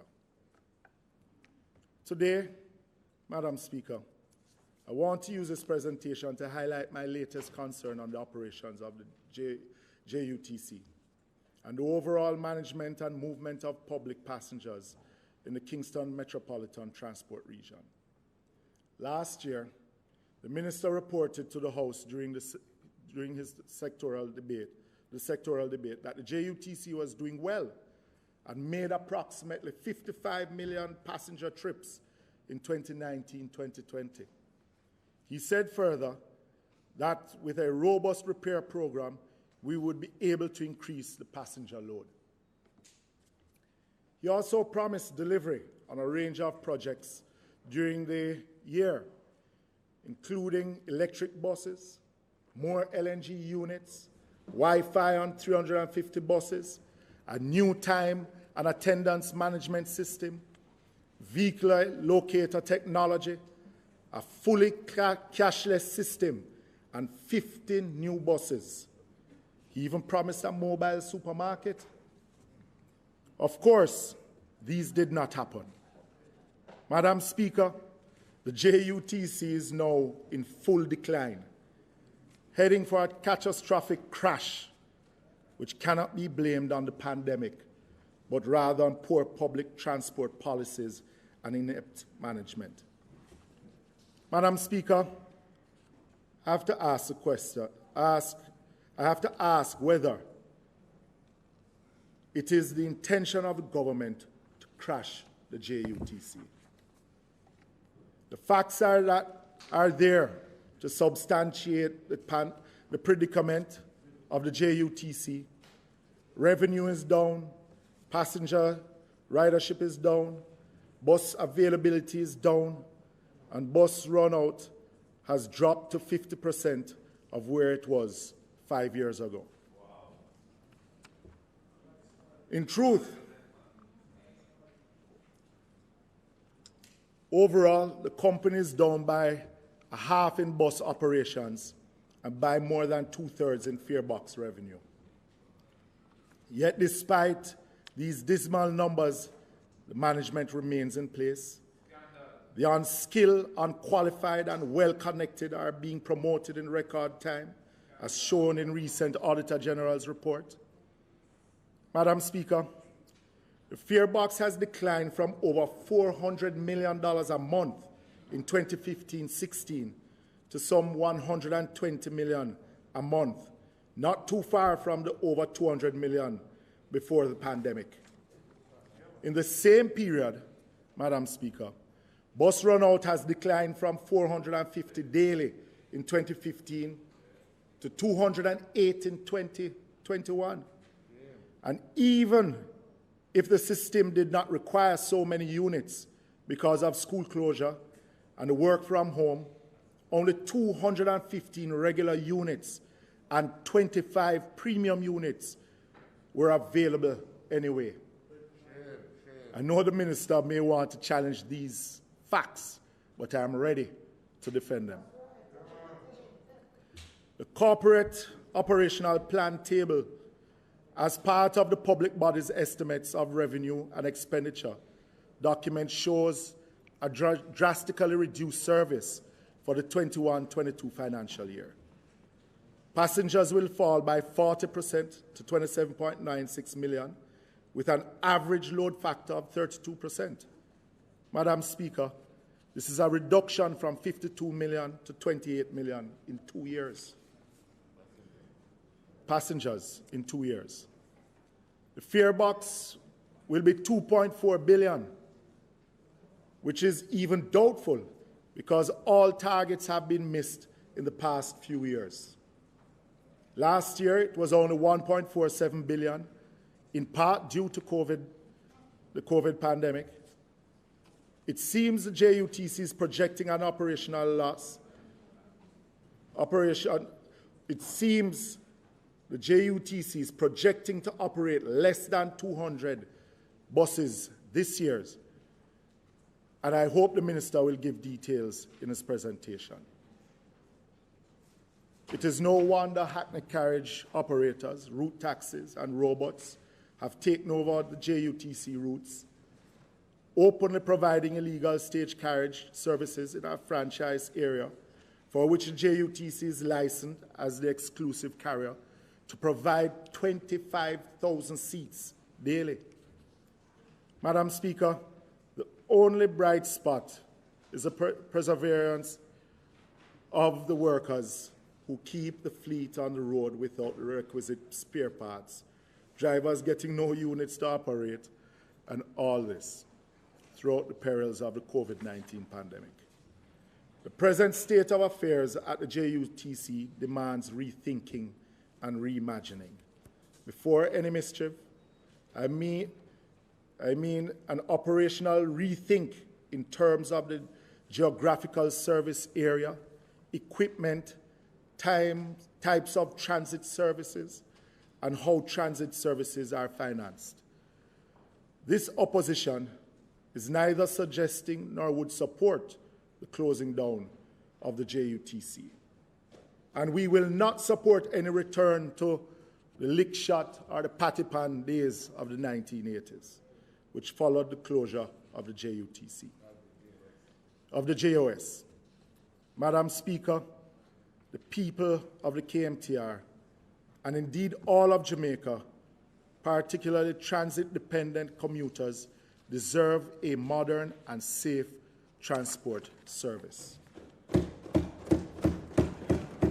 The education system and the productivity of workers in the public and private sector also require it. If Jamaica is to come out of the economic decline caused by the dual scourges of the pandemic and the lack of priority given to public transport by this administration. Madam Speaker, the minister also needs to tell the House what is happening to the public passenger service being provided by the Montego Bay Metro Company. The service, which began in 1997 primarily as a school bus service, is now down to less than 5 operational units from 17. We had back to school yesterday.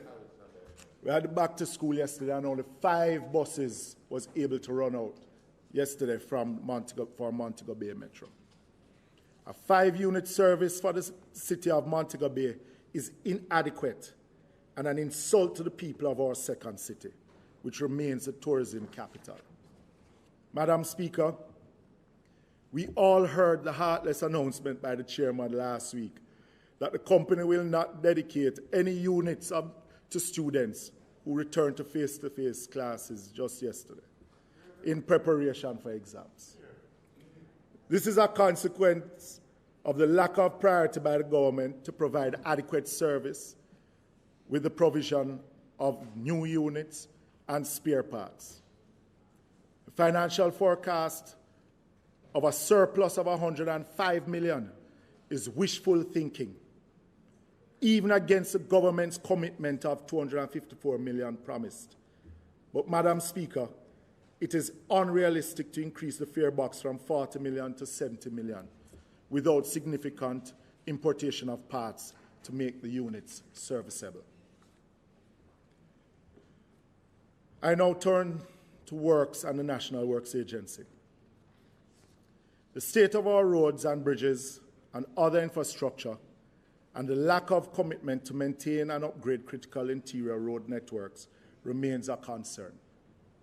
Madam Speaker, you may not know this, but the country's road network consists of almost 26,000 kilometers of roadway. Of this amount, the NWA owns 5,000 kilometers, or 20%, of the paved main road network. The parochial roads, which are under the control of the municipal councils, account for 15,000 kilometers. The Ministry of Agriculture claims 1,500 kilometers, and another 4,000 kilometers are classified as toll roads and community roads. The agency also maintains some 750 bridges and structures on its road networks. These are the facts.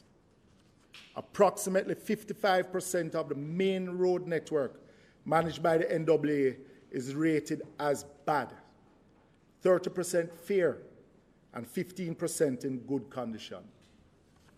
The Ministry of Local Government and Rural Development reported that before October 2020 rain season, 20% of the roads it manages was in fair or good condition. 30% need periodic maintenance, and 50% need reconstruction or rehabilitation. Madam Speaker, I make this breakdown because too often we hear that due to ownership or who owns what section of the road network, the road cannot be repaired, and many of these roads are left with gaping potholes and missing surfaces and have become a menace and danger to motorists. The last time I spoke in these debates, I said that routine maintenance of our road infrastructure is suffering severely. And the Minister without portfolio came to the House with some standards for maintenance, and we're happy that he did. What we know for sure is that road maintenance is not sexy. It does not give the Prime Minister the opportunity for cutting ribbons, and we know he loves to. As parliamentarians, we know that maintenance work do not add many votes to the margins, but it is an important part of our road infrastructure development. No government, neither on this side or that side, has ever provided enough resources in any budget to effectively maintain our roads. In 2006, the Road Master Plan indicated that our road network was deteriorating faster than it could be repaired due to the lack of sufficient funding allocation. In summary, Madam Speaker, there is a need for a comprehensive road maintenance policy to guide our approach to road maintenance. We need to know when the conditions call for routine, periodic, or rehabilitative maintenance. As it stands now, some roads are repaired several times, while others remain listed and are not yet to see an inch of asphalt. According to the National Works Agency, $1 trillion, Jamaican dollars that is needed to bring our roads up to good standard. At minimum, a spend of about $7 to $10 billion annually could get us going in the right direction. Madam Speaker, our solution to the problem of long-term sustainable funding for road maintenance is to re-establish a road maintenance fund that would be independent of the consolidated fund. Madam Speaker, yes, we recall that it was our current Minister of Finance who piloted a bill in this Parliament to repeal the Road Maintenance Fund Act of 2002. The previous RMF inflows came from a special consumption tax on fuel at 33 1/3% of motor vehicle license and duties and other budgetary allocations. The Minister of Finance keeps reminding us that under his watch he has been able to find the resources to finance multiple infrastructure projects.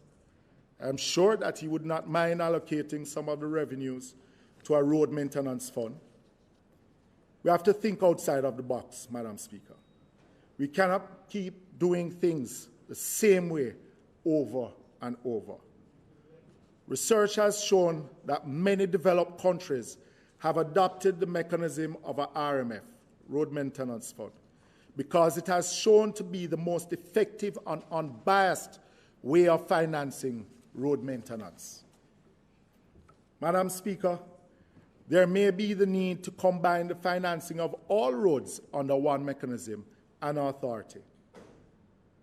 Any new legislation that may be contemplated as a solution to the establishment of the Road Maintenance Fund should not include the direct involvement of the political executive. There should also be a provision that the fund can only be used for road maintenance. Madam Speaker, although I have decided to reserve my substantive comments for the debate on the public procurement resolution tabled by the Minister of Finance and the Public Service concerning the Montego Bay Perimeter Road project, I will say a few words here. First of all, we share the sentiments of the Incorporated Master Builders Association of Jamaica that the arrangement or deal, as outlined by the Minister, is unacceptable. This arrangement with Jamaican taxpayers' money should not be accepted on the basis that the Chinese contractor had already conducted feasibility analysis and preliminary works. The Minister also defended the government's decision that Czech's involvement would infuse equity into the construction sector. What does that mean? Will the project be funded entirely by the taxpayers' money?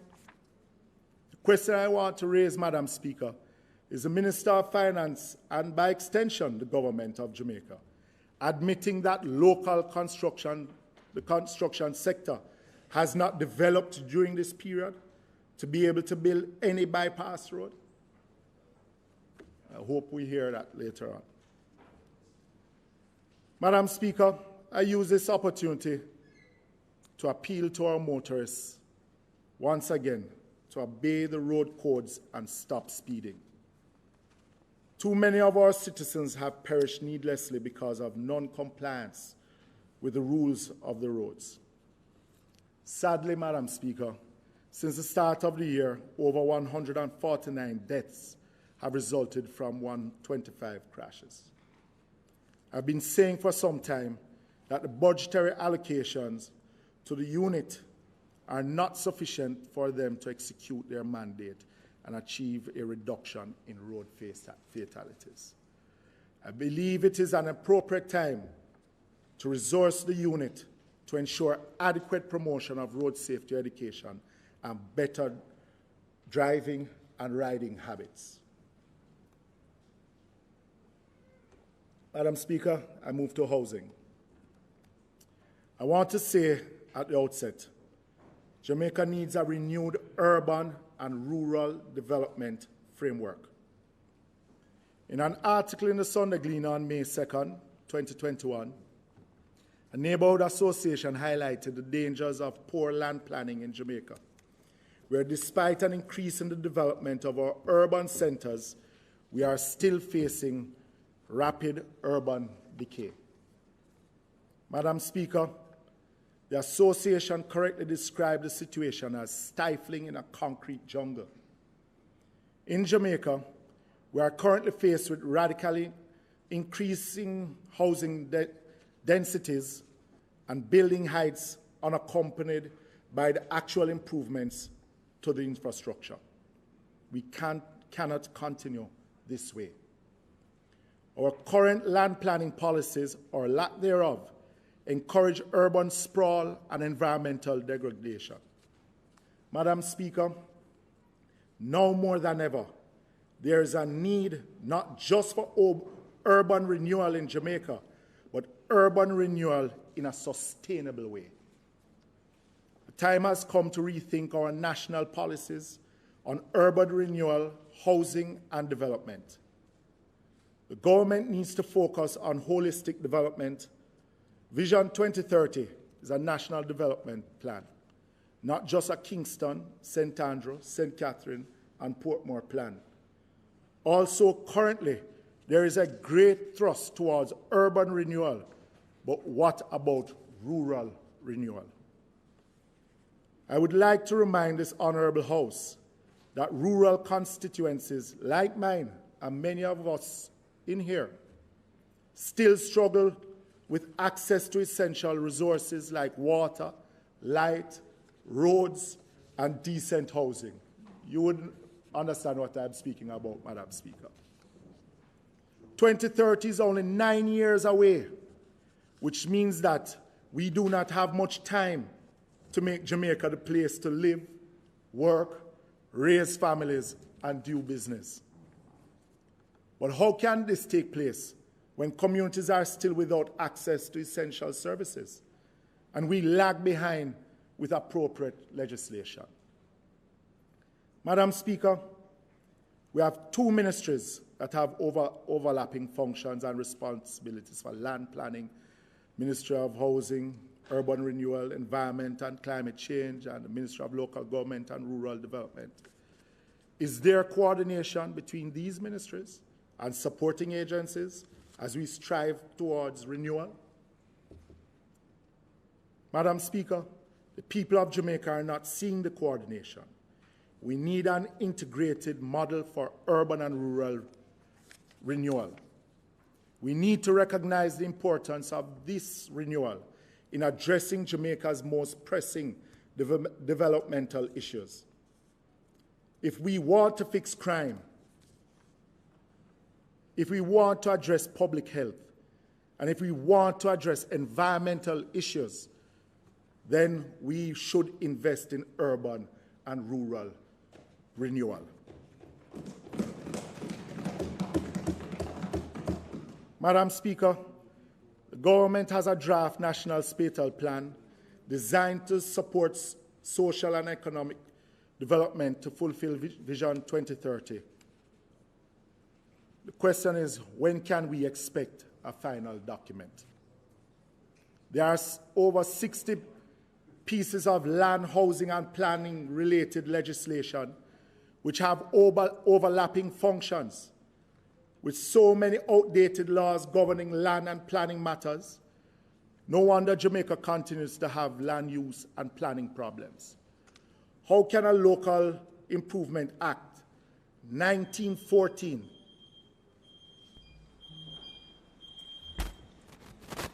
How much time?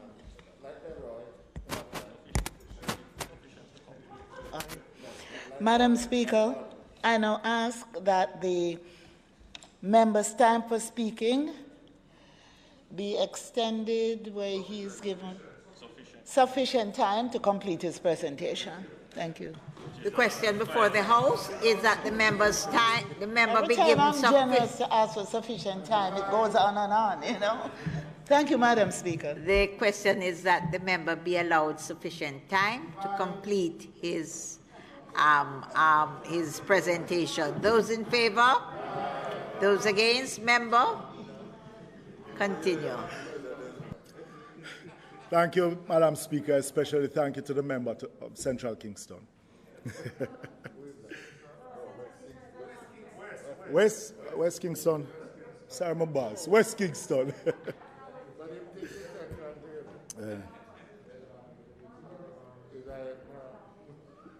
How can a Local Improvement Act 1914, 107-year-old, or a Town and Country Planning Act of 1957, 64 years old, be the legislative tool to manage Jamaica's emerging issues in urban, rural, and land planning? Legislative reform is needed to improve the efficiencies in the planning environment. Madam Speaker, the opposition views urban and rural renewal as critical to social transformation. The purpose of renewal is to improve the quality of life of the affected community by improving environmental, social, and economic conditions. To achieve this, a modern governance framework is required. The Minister of National Security in February 2021 stated that an estimated US $1.2 billion will be spent to fight crime under Plan Secure Jamaica over the 7 years between 2016 and 2023. Madam Speaker, I want to remind this Honourable House that crime is a multifaceted problem. It is rooted in socioeconomic determinants. We cannot fight crime with only policing and restricting the freedom of our citizens. We must recognize that redesigning urban spaces have the potential to contribute to economic development and public safety and security. Currently, 55% of our population reside in urban areas, and this is expected to increase to 58% by 2030. Inadequate urban planning has resulted in consequences that go far beyond environmental degradation and dilapidated housing. The government says it wants to fight crime. If they want to, they should invest in urban and rural renewal, which is ingrained in crime prevention through social development. Madam Speaker, we need our priorities right. Gender equality is an important priority on the national development agenda, as well as a global agenda. Madam Speaker, urban and rural renewal presents a unique opportunity to include gender mainstreaming in urban and rural planning. As the government strives to move towards the development of an urban and rural renewal framework, we must incorporate gender and women's issues when planning designs in urban spaces for infrastructure, housing, employment, and livelihoods. Madam Speaker, in preparing my contribution, I came across a quote by an American professor of sociology, Matthew Desmond, that summarizes what I want my colleagues and the nation to remember about the housing situation in Jamaica. And I quote, "We can start with housing, the sturdiest of footholds for economic mobility. A national affordable housing program would be an anti-poverty effort. Human capital investment, human improvement plan, and public health initiative all rolled in one." End quote.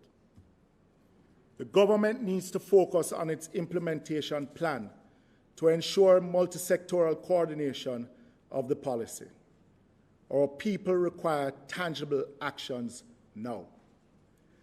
Every Jamaican should have access to housing, including every youth, working professional, women, poor, disabled, and most vulnerable citizens. Owning a house is empowering. There is an urgent need for a comprehensive housing policy. Time come. The people need action now. The people of this country don't need public relations. They want plausible actions.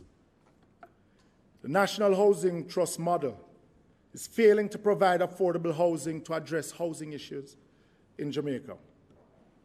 Madam Speaker, Capri, in a recent study, described the NHT as a non-pro-poor policy. It further highlighted that high-income earners are twice as likely to get a mortgage from the National Housing Trust than low-income earners. Another survey conducted by the NHT reveals that during the period 2014 to 2017, only 20% of the survey sample was able to afford units in the range of 4 million to 4.9 million. It is possibly worse now.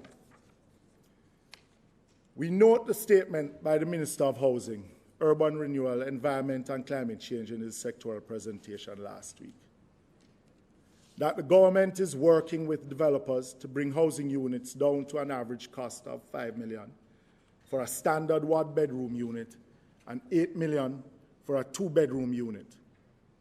PIOJ in the 2018 Social and Economic Survey says on average, 3 persons reside in a household in Jamaica. Imagine a household of 3 that can only afford a one-bedroom house for $5 million. Where is decent and affordable housing for the poor? Is this prosperity? Madam Speaker, in summary, I would like to make the following recommendations. That we create an urban and rural renewal framework that integrates best practices in sustainable development. Mainstream gender and community engagement in participation in the urban and rural process.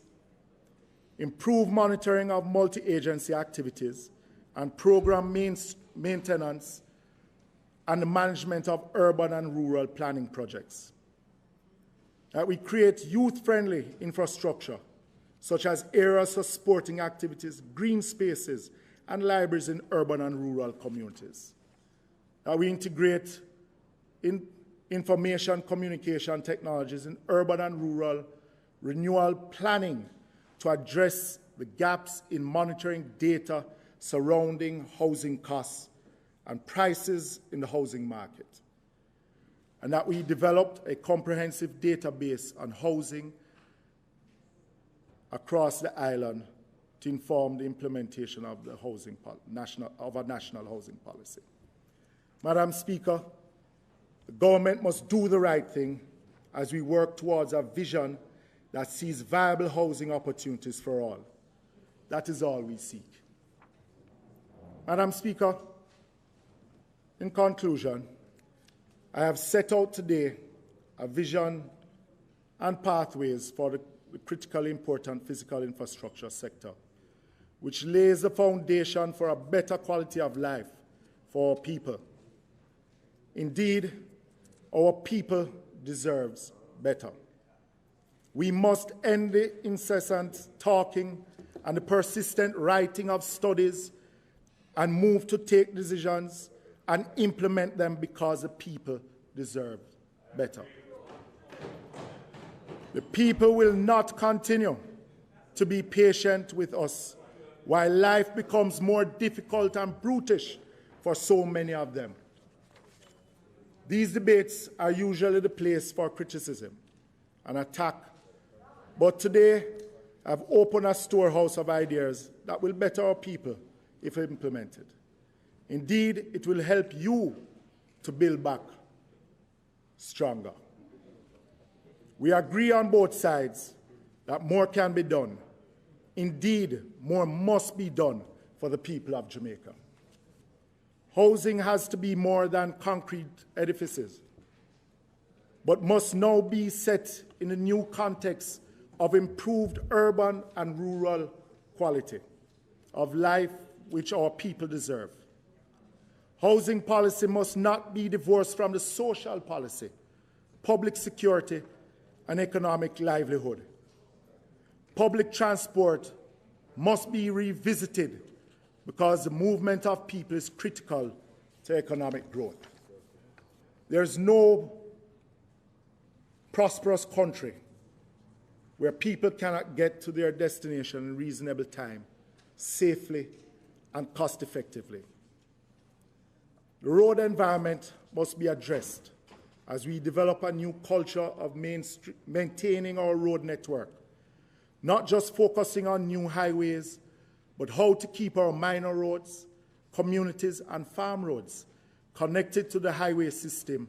Our people deserve no less. Madam Speaker, if there's one good in the pandemic, it gives us the opportunity to reset and do things better, because our people deserve better. These debates can really help us to shape this agenda of making things better, and we hope that those who are charged with the executive responsibility to listen and adopt, because our people deserve much better. I thank you, Madam Speaker. May God continue to bless our people and Jamaica, land of our birth.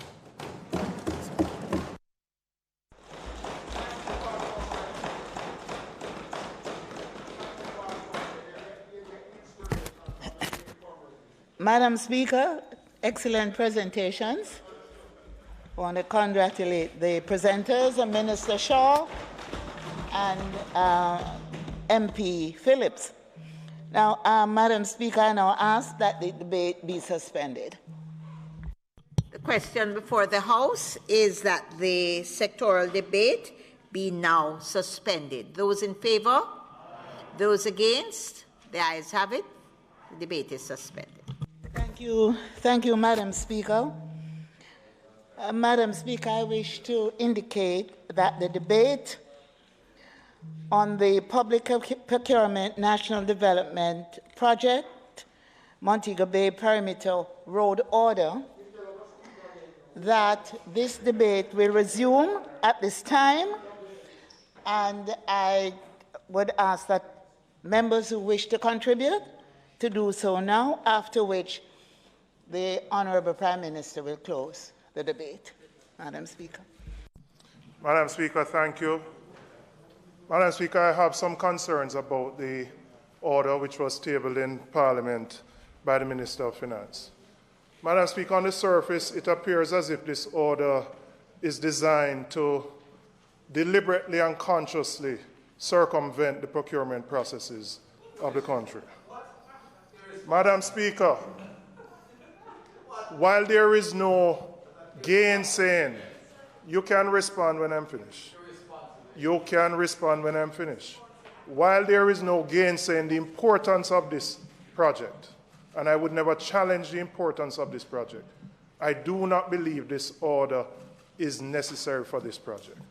Madam Speaker, I want to first, my colleague dealt with the issue of the awarding of a contract to a particular supplier. We have in the past, previous administrations, based on loan funds that we have received, we have had conditionalities where we have been directed to work with contractors of a particular country. In this case, this is totally Jamaican taxpayers' funds. And in those circumstances, I don't believe there's any justification for excluding Jamaican contractors and suppliers directly as the main contractors. The second issue I would raise relates to how do we determine value for money and the price of this contract in the absence of any competitive bidding process, or in the absence of a mechanism to determine whether, if the contractor says it should be $10, you can determine that it should be $8, or it really is $8, and that what is being quoted is consistent with market rates and conditions. Nothing has been said so far that there is going to be a mechanism, whether it be a negotiating team on behalf of the government, to validate what has been presented as the rates and the value for money. The third thing, Madam Speaker, nothing has been said about how subcontracting is going to be dealt with. In strict terms, subcontracting is really between the main contractor and those he or she chooses to contract. But in circumstances like this, where it is totally being funded by taxpayers, it is important that the process for selecting subcontractors has some transparency, and that persons who are being selected as subcontractors go through a process where we can determine that they have the capacity to do the work, they have the experience, and what those subcontracts are consistent with market rates.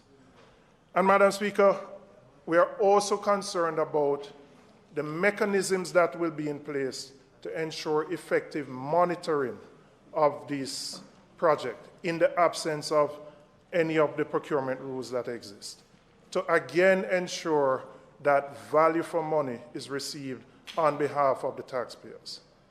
When this order was done, there are many projects that I could categorize as falling in this one. We have done highways before. And even if you decide that you're going to do sole sourcing, that is allowed within our procurement rules. So I don't believe there is any need to circumvent the procurement rules by going this order. And from the surface, Madam Speaker, I do not believe mechanisms are in place to ensure that taxpayers get value for money for this massive project, which is totally being funded by taxpayers, particularly in an environment where there's a scarcity of resources. So we have some deep concerns on this side about how this project is going to be implemented. And we would need more assurances, more than what has been presented by the Minister of Finance so far, that will ensure that we get value for money, that Jamaicans are not excluded from this project, that subcontracting is done in a transparent manner, and that the monitoring and evaluation is in place to protect it. Again, we are not questioning the importance or the necessity of the project. That's not the issue. I agree it has to be done, because you can't spend 4 hours going from one side of Mobile to another. So that's not in question. It is the process by which it is being done that we have an issue with, and we would like those questions to be answered to our satisfaction so that taxpayers can be assured that their dollars are being protected. Thank you.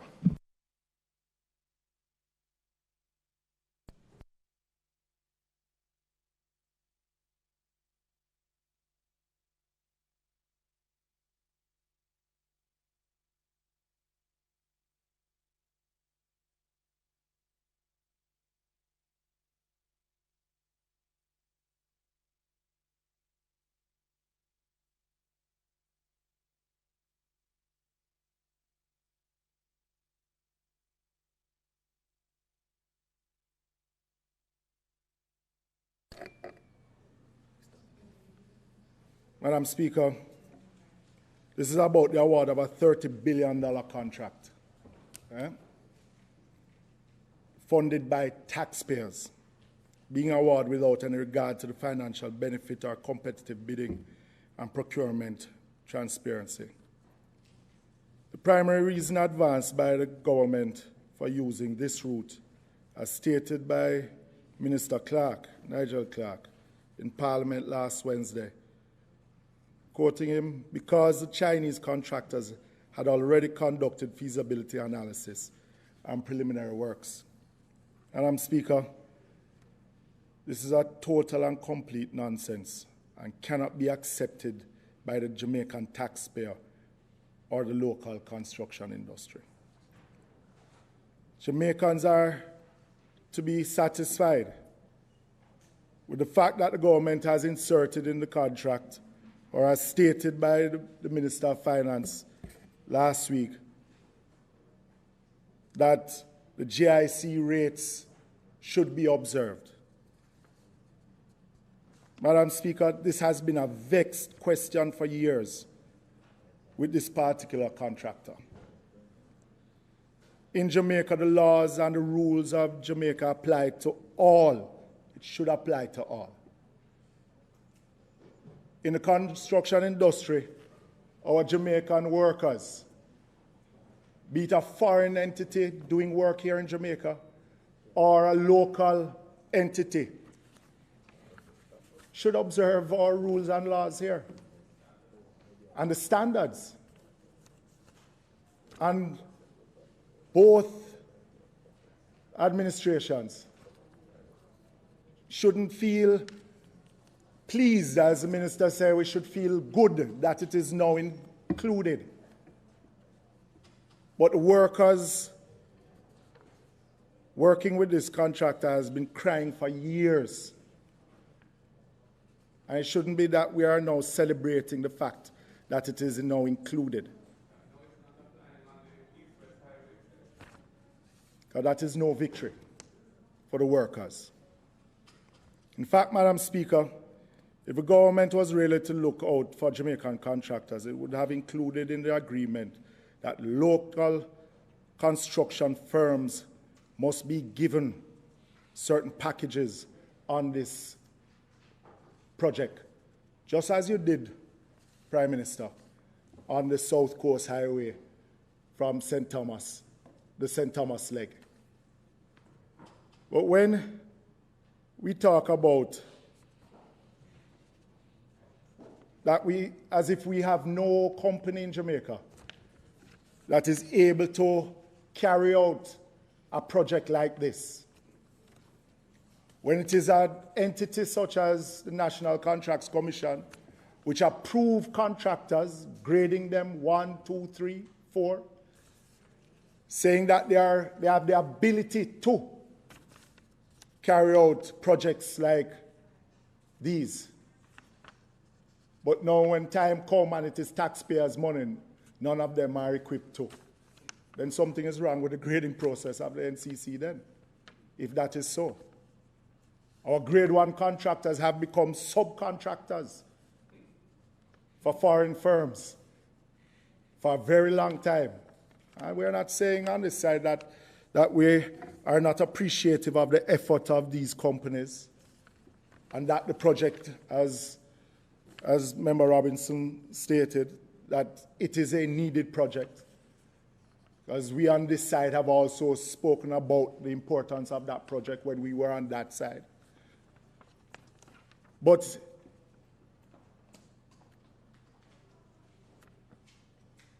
we feel that the workers and Jamaican contractors have been shafted for a very long time on some of these projects. Madam Speaker, this project has been in the planning stages for many years. Through several administrations, it clearly does not fit the circumstances under which it was envisioned that this extraordinary provision would be used. The government, of course, has a majority, so they can propose and dispose with its parliamentary strength. Madam Speaker, I hope they reconsider.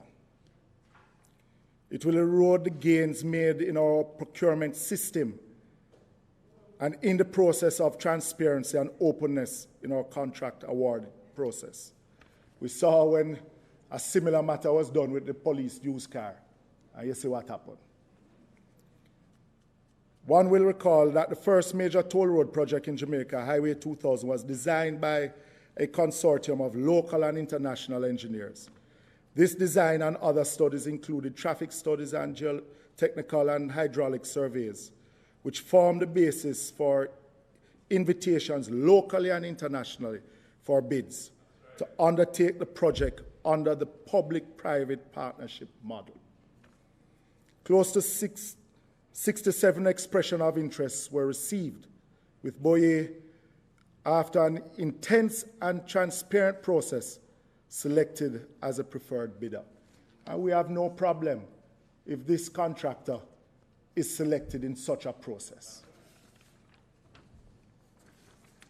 So, Madam Speaker, I beg the Prime Minister and the government to rethink. In the estimate of expenditure, it shows that a revised estimate from the $6.1 billion that would have been the government's portion if they had taken the loan, to a revised total estimate cost of $30.377 billion of taxpayers' money, because as in the words of the Minister of Finance and the Prime Minister, it will be financed 100% by the taxpayers of this country. And we feel on this side that the process ought to be more transparent. Because if that is the case, what is it that the contractor is charging for these preliminary works? And I understand the Prime Minister is going to get up and he's going to say that if they go to another contractor, the project will be 2 years down the road because there's going to be a delay. Yeah? We understand that. But the country needs to know the process. Normally, when we're going to sole sourcing, the NCC and the Integrity Commission would have a say. Have they had a say in this? It's a question you can answer, Prime Minister. Yeah? So, as I end, Madam Speaker, let's hope that good sense will prevail in this instance. Thank you.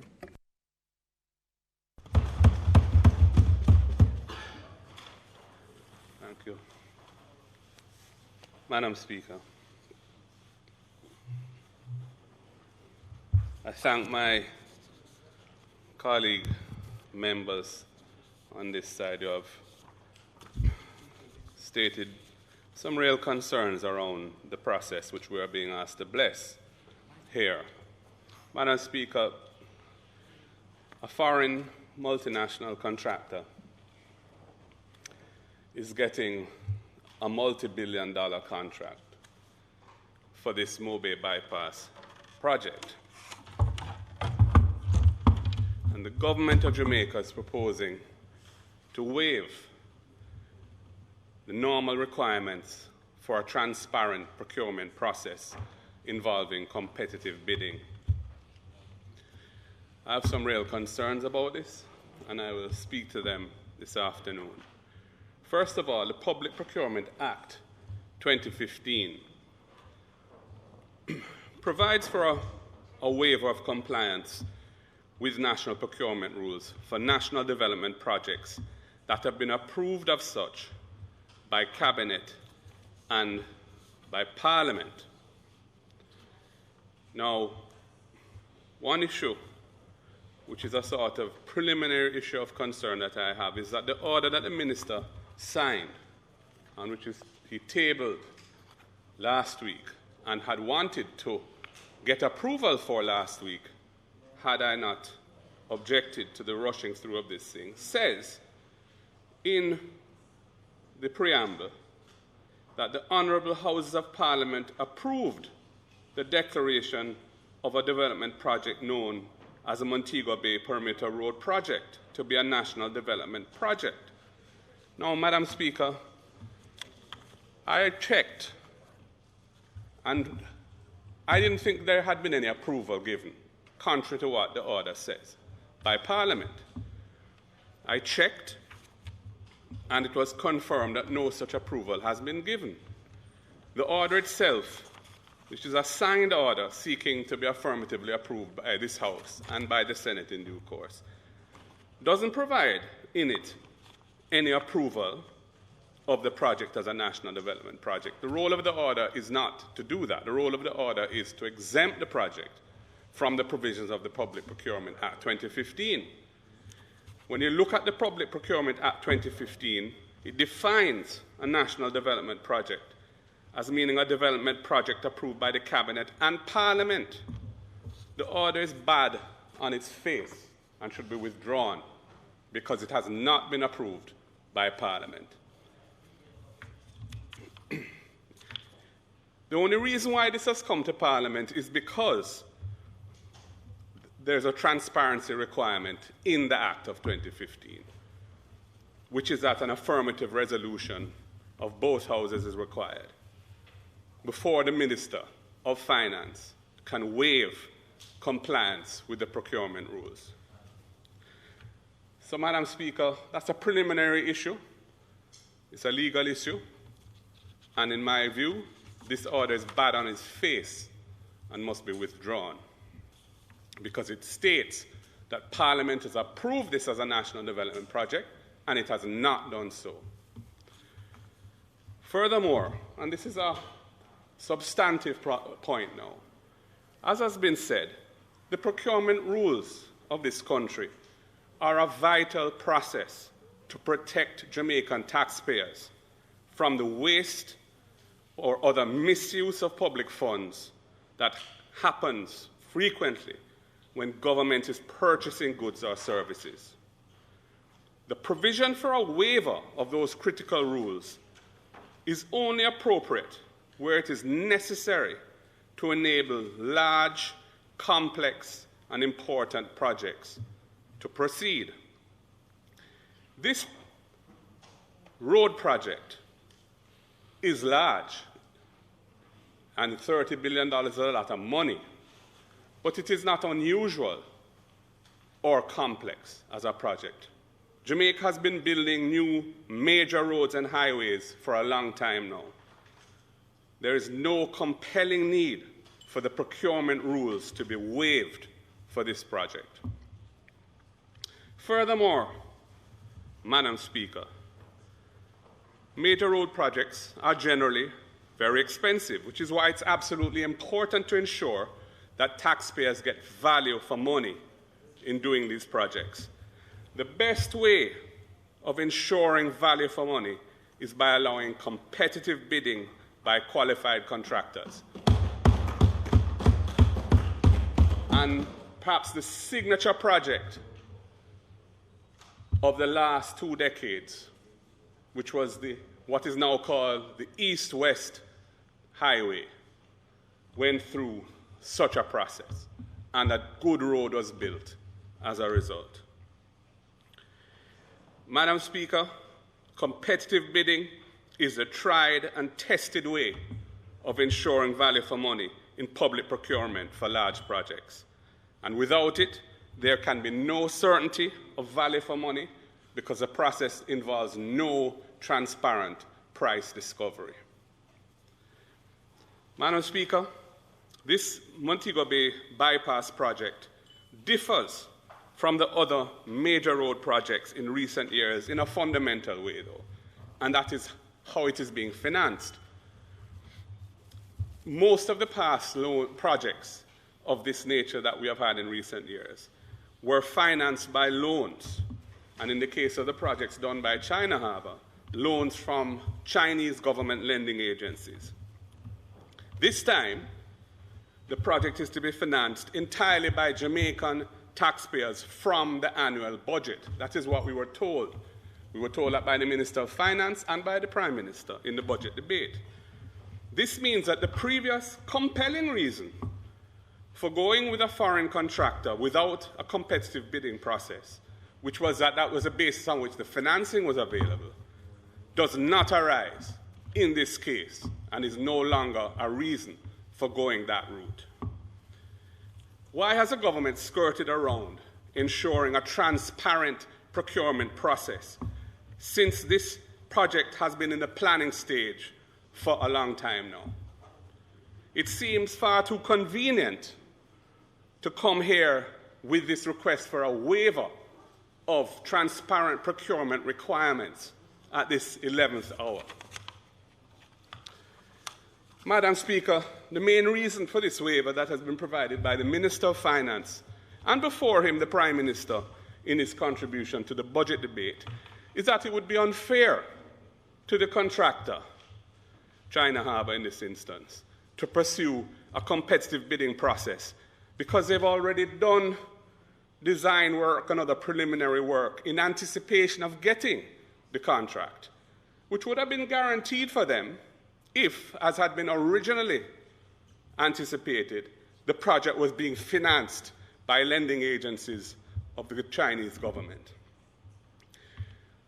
That is not the case, as we have said. But, Madam Speaker, I am much less concerned about that than I am about being fair to the Jamaican people. Taxpayers will bear the burden of any additional costs in doing this project, which could have been avoided if it had been priced by a transparent, competitive bidding process. We should be worried about being fair to the Jamaican people ahead of the commercial interests of a foreign multinational company. I have no difficulty with Jamaica paying them a fair amount for the value of the preparatory works that they have already done. But just to give this foreign multinational the project at some negotiated price arrived at behind closed doors, without allowing other interested and qualified contractors to bid for the work, provides no transparency and no assurance of Jamaica getting value for taxpayers' money. And that is not being fair to the Jamaican people. In fact, there's a better way to describe it. It is selling out the Jamaican people. Madam Speaker, the four nice-sounding requirements of this order, the four nice-sounding, and I will remind you what they are. Firstly, that a percentage of workers employed by the contractor must be Jamaicans. Secondly, training programs to transfer knowledge and technology. Thirdly, wages at rates set by the Joint Industrial Council, something which this contractor has notoriously not complied with in other projects that it has done here. And fourthly, using locally made inputs, if available. Apply only to China Harbour Engineering Company Limited in the execution of works under the project. And I quote, those words are quoted from the order. Apply only to China Harbour Engineering Company Limited in the execution of works under the project.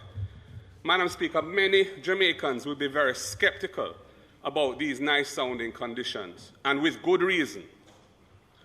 Jamaica's record at monitoring and enforcing conditions imposed on foreign multinationals, whether in the bauxite and alumina industry or in infrastructure projects, is woeful. They are allowed to ignore conditions and to proceed as they like with impunity. Madam Speaker, if technology transfer to the local construction industry hasn't happened in the last 12 years, why would it start now? Why would it start now? Madam Speaker, the Finance Minister's notion that after this road is built, our locals will be able to design and build one is insulting to our Jamaican professionals and Jamaican contractors who have been building roads for many years. And it is also misleading, Madam Speaker, because China Harbour has designed the road already, and there is no practical means of local input. There is also plenty evidence of roads being built by this foreign multinational, suffering from flooding, as in the case of Marcus Garvey Drive, and being damaged by landslides because of inadequate shoring up of the adjoining slopes, as in the 2018 landslide along the North-South Highway. And this, again, brings into question value for money in this matter. Madam Speaker, apart from the legal point I raised earlier, which is that the order is bad on its face because it misrepresents a critical parliamentary process which has not been complied with and which is a condition in the statute before the minister can grant any such waiver. There are some other things that make this order, this waiver order, defective. Firstly, Madam Speaker, the waiver should expressly ensure that all subcontractors and other entities down the chain of contracts are only accepted if they agree to pay the Joint Industrial Council rates to the workers on the project. The order fails to do so. This is a big loophole which must be fixed before a parliament approves any waiver. Secondly, the waiver should also expressly require that all subcontractors and other entities down the chain of contracts are Jamaicans. It fails to do so. Again, that is another deficiency in the order which should be fixed before Parliament approves a waiver. Thirdly, the waiver should expressly require this foreign multinational to ensure that the other three specified requirements, other than the one dealing with wage rates, which I've spoken to already, the other three about the percentage of workers that must be Jamaicans as a minimum, the training programs for knowledge transfer and technology, and using locally made inputs if available. Those three must also be extended to benefit any subcontractors and their employees. The order fails to do so. That is another big loophole which must be fixed before Parliament approves any such waiver. Madam Speaker, like my colleagues, I readily acknowledge that this Mobay bypass road is well needed. It has been recognized as such from as far back as when the Most Honourable P.J. Patterson was Prime Minister. The people of Montego Bay and the surrounding communities want it and they deserve it. But, Madam Speaker, principle is principle. And I cannot support the way this is being done by the government. In failing to assure value for money via a transparent procurement process, this waiver creates opportunities for cronyism, partisanship, and corruption. And even if one were to accept the lack of transparency inherent in waiving the need for a transparent procurement process, the waiver brought here by the Finance Minister is defective for the 4 reasons I have provided, one of which is a legal reason, and the other of which are policy deficiencies inherent in the way it has been drafted. Madam Speaker, the Jamaican people deserve better, and I do not support the approval of this order. Thank you, Madam Speaker.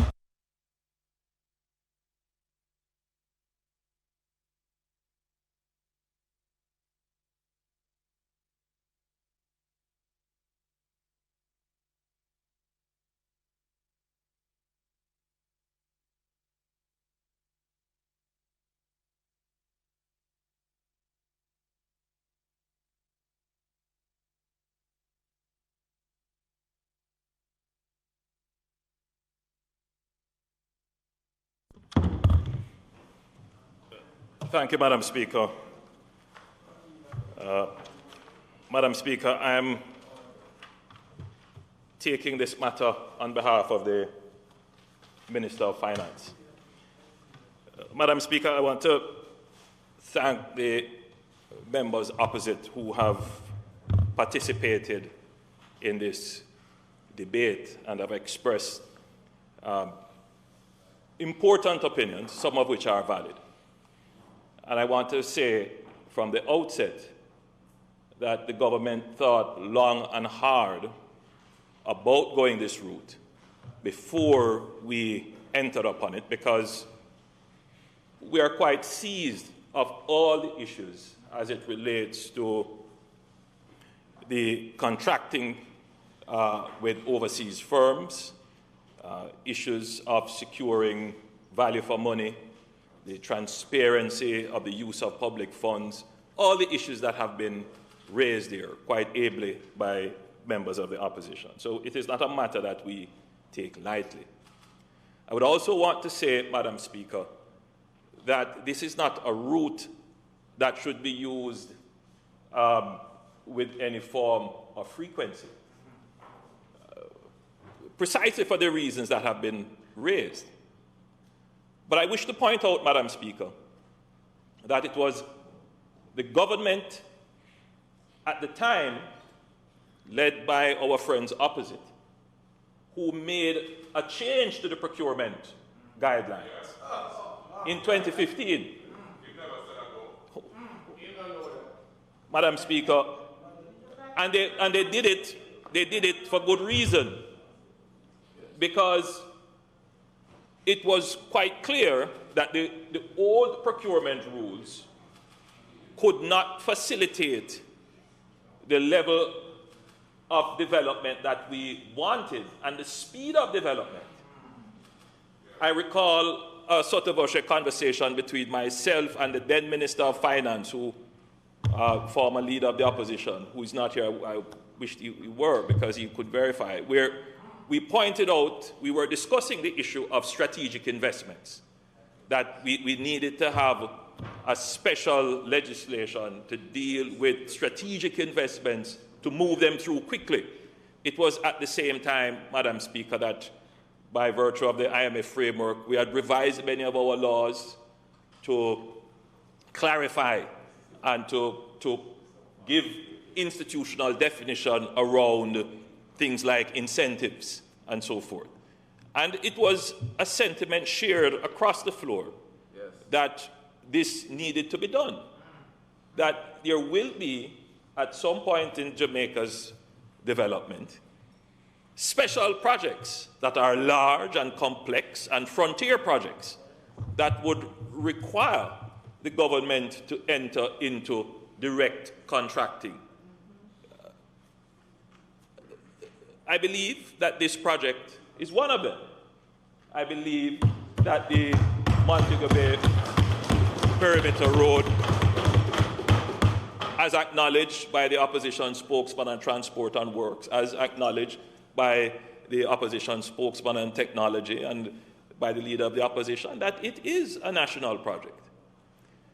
And I think there is no debate on that. I don't think that the leader of the opposition is proposing that we divide on whether or not the Montego Bay Perimeter Road is a national project, which leads me to respond to the issue he raised about the form in which the order is taken. The order is taken in two parts, the order itself and a resolution. And the order gives the waiver, the exemption, whatever you want to call it, the exception from the procurement rules, and it also outlines the conditions of the exceptions that are given. The resolution on which we are debating, because, Madam Speaker, it is the resolution that will affirm the order, so to speak. And so the resolution is clear. The resolution says, now therefore be it resolved by this Honourable House as follows. 1, this resolution may be cited as the Public Procurement National Development Project Montego Bay Perimeter Road Project Order 2021 Resolution. 2, the declaration of a development project known as the Montego Bay Perimeter Road Project to be a national development project to which the Act or any provisions thereof shall apply is approved. So, Madam Speaker, to satisfy the leader of the opposition, I could at this point take my seat, but before taking my seat, I could ask, Madam Speaker, that we approve the Perimeter Road resolution. We could, just for proper form. And maybe Madam I will Speaker, do that, Madam Speaker. Madam Speaker, just sorry, Prime Minister. Just on a point over, I just want to make the point that the order that is here, signed by the Minister, is dated the 5th of May. It's dated the 5th of May, and it states in it that the Honourable House of Parliament approved the declaration of a development project known as the Montego Bay Perimeter Road, which is not true and was not true at the date it was made. That's the point I'm making. So Madam Speaker, whilst I understand what the leader of the opposition is saying, I'm saying that this order is not yet in effect until we have approved it here. So as to whether or not it is true at the point of us debating it is immaterial. It becomes true at the point of our approval. So, Madam Speaker, if it is just for form, we could take them in order, or we could take them together. They both become true at the same time when the House votes. And I'm saying the two things. One is the order giving the exemptions, and the other is the resolution saying that the project is a national project. So I'm just saying, Madam Speaker, that we could take it or we could proceed. Madam Speaker, I'm choosing to proceed. Madam Speaker, so that's an important point that I believe we have addressed. Now, Madam Speaker, the opposition spokesman on Transport and Works pointed out that it is time that we get things done in a timely fashion and we must act. That has always been my mantra.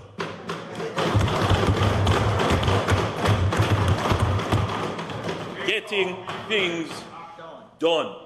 And Madam Speaker, let me tell you that I keep using this term bureaucracy, and people ask me, why do I like to use that term? It is such a negative term. And I keep saying to people, bureaucracy is not it's not a negative term. Bureaucracy is important. When a country has a strong bureaucracy, it is the signal of institutional development. It can get things done in order. And in good time. Bureaucracy doesn't mean inefficiency.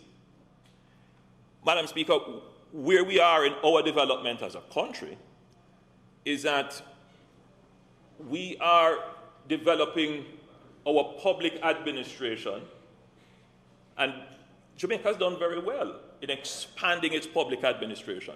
We now have many institutions that deal with integrity and transparency and compliance.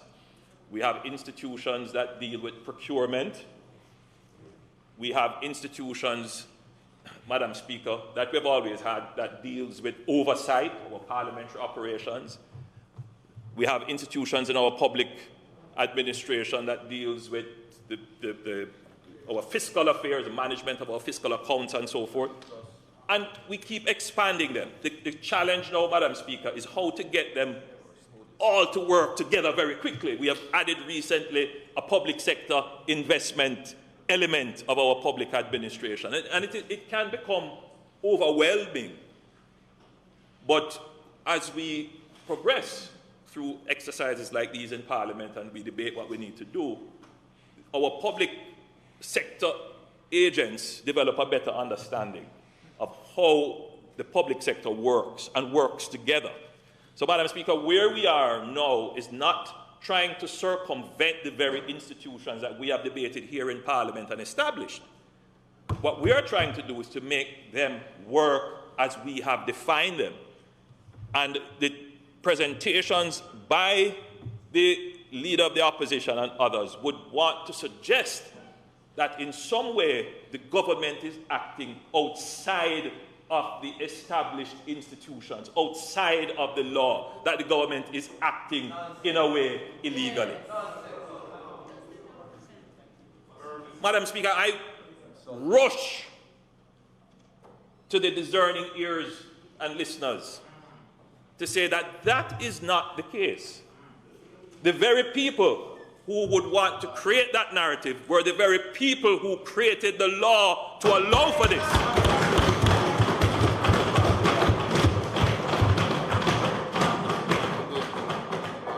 And we, Madam Speaker, on this side, carried it through with regulations in 2018. Because it is well understood that this is an important part of our procurement process. And it is not unusual, Madam Speaker. It is not unusual to Jamaica. It can be found in other countries, in other jurisdictions where there are these provisions. They have these provisions for national defense reasons, and they have these provisions for national project and development reasons, and they have these provisions for strategic reasons. So it's not unusual. Now, Madam Speaker, the Leader of the Opposition went to great lengths to make a profound point. The point that the Leader of the Opposition was making, Madam Speaker, is that this kind of exception is different from others that could have been made because you're making an exception on Jamaican taxpayers' funds. And therefore, we should take greater precaution to protect Jamaican taxpayers' funds. And I agree with you, Leader of the Opposition. We must make every effort to ensure that not 1 cent of Jamaican taxpayers' resources is wasted. Not 1 cent. So, Madam Speaker, the Leader of the Opposition then totally ignored that there was a process in place started by this administration with JD,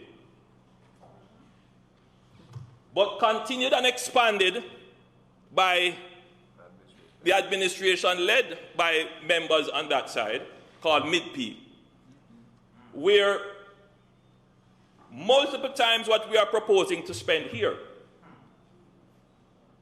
was negotiated. And there was no concern then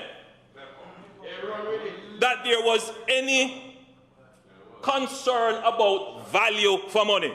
Where was the concern about value for money when the then government, no opposition? Can I raise another point of order?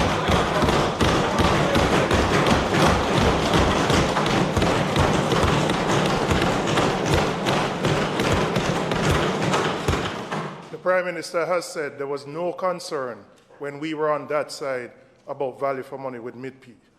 Let me explain what took place under MIDP. No.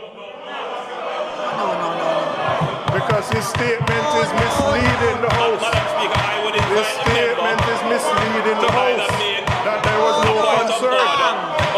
His statement is misleading the House. Hold a minute. Misleading the House that there was no concern.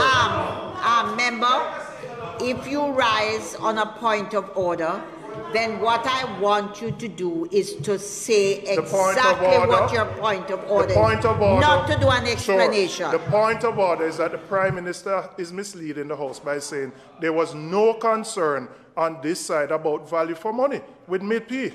That is my point of order. Thank you. We have taken the point. Madam Speaker, so that we don't get sidetracked from the issues, because my intention is not to be contentious.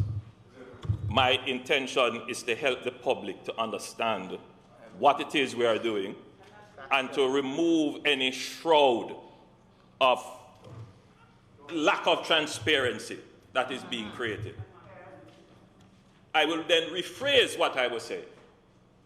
In the same way that the opposition is no concern about this exception that we are creating by approving this order, which will allow us to directly contract with China Harbour.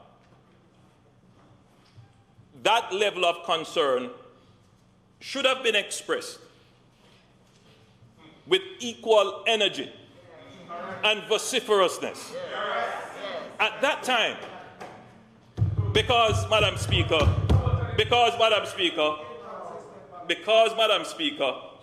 though, hold on, because at that time, under that arrangement, even though it was a loan, today Jamaica's taxpayers' money is paying back for those loans.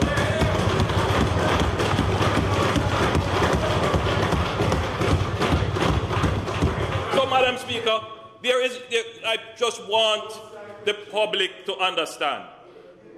we on this side don't sit here neglecting your best interest, as would be the suggestion of the opposition. Why is this in Jamaica's best interest? Madam Speaker, first point is that the model of bilateral arrangements which result in direct contracting is a model that Jamaica can say we have benefited from. We can point to several projects that have been done as a result of that. Now, that model of the bilateral arrangement with our strategic trade partner, China, comes with certain conditions. There are conditions on the loans, there are conditions on the materials used, there are conditions on the concessions that we would have had to give, there are conditions on the labor that is used. And if you're asking about transparency, hold on. And if you're asking about transparency, Madam Speaker, you are not allowed to share the contracting documents and the loan documents. So that arrangement is, Madam Speaker, when you talk, if there were to be, in other words, the concern that the opposition has come here today with, those should have been made when they were engaging in the bilateral. Indeed. No, Madam Speaker, that is not transparent by any measure. No, Madam Speaker. We engaged with the government of China and with China Harbor on a bilateral basis in somewhere about 2016, 2017, thereabouts, to do the perimeter road. Now, bear in mind, Madam Speaker, that there is no divide about doing the perimeter road, as has been expressed. This is being touted now for 20 years that we should have done it. We came on board and we said, you know what, let's move this thing ahead. Yes. Madam Speaker,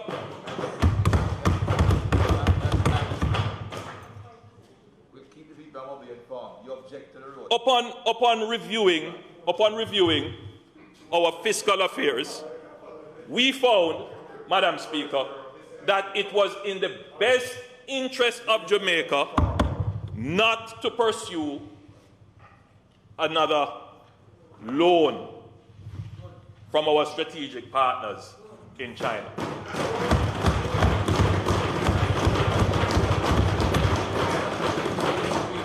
Now, Madam Speaker, I want it to be clear. China has been very helpful to Jamaica. And we are most grateful for the support and assistance that China has given to us. In difficult times when nobody remembered Jamaica or would invest in Jamaica.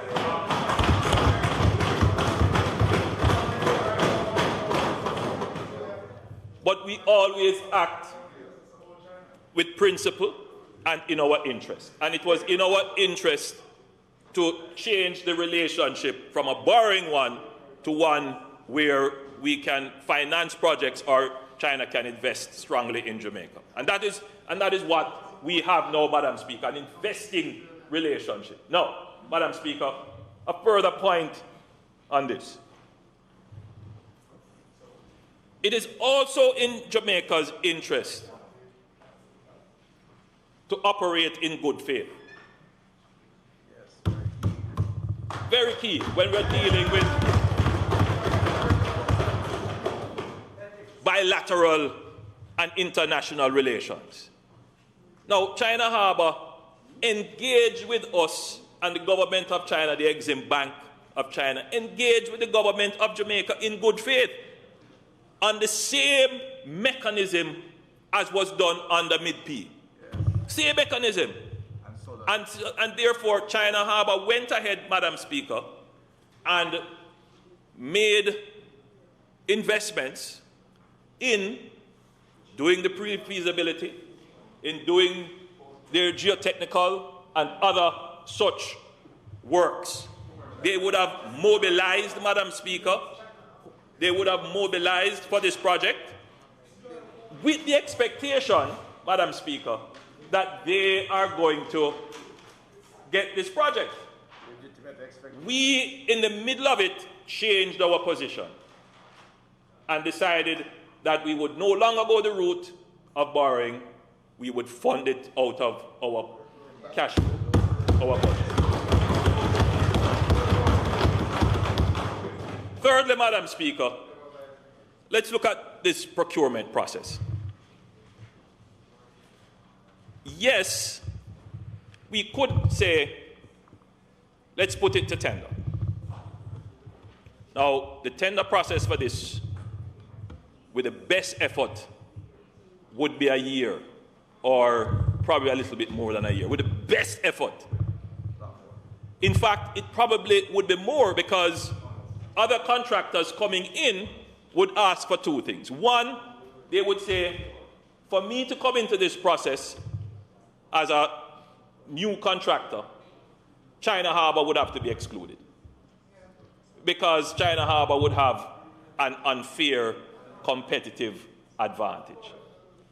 And if you were to exclude China Harbour, definitely the period would be more protracted, because a new contractor coming in, or new contractors coming into a procurement process, would want to be able to verify the risk of the RFP, of the proposal, the tender documents that are put out. And to tender on a highway like this, Madam Speaker, it's not, you know, it's not building a road somewhere. It's a long process. It's a long process. So, Madam Speaker, we analyzed all of that, and we looked at what is in Jamaica's interest by virtue of time, because you know, Madam Speaker, the longer we wait to do this, the more the price of the project is going to escalate.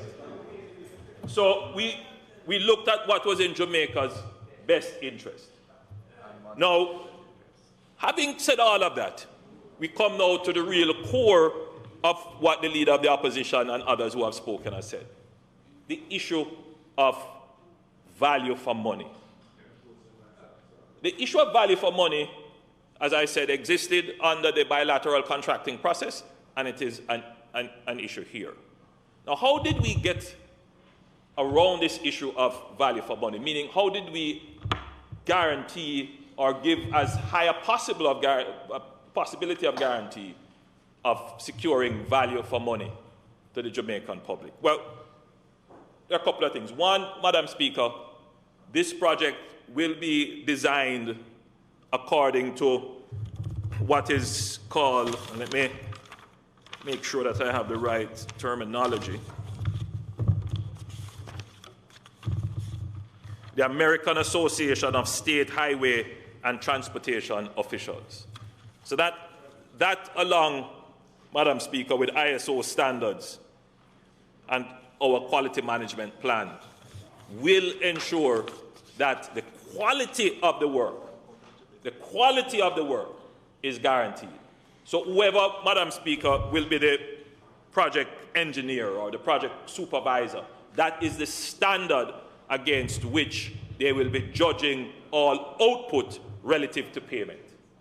So there is an open source standard that anyone can look at and say, was, you know, for argument's sake, 3 inches of asphalt placed on the road.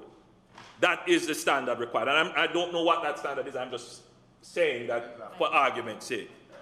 Were they, you know, a certain PSI, pound per square inch of concrete put down?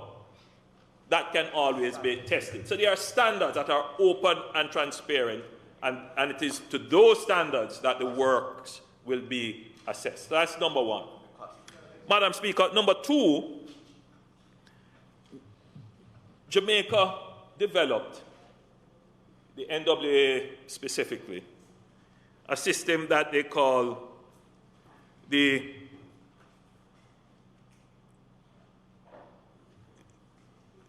their negotiating team. It's their value for money negotiating mechanism. And that negotiating mechanism pulled on experts in the field, public officials working in, at the time, the NWA, NROC, and other areas.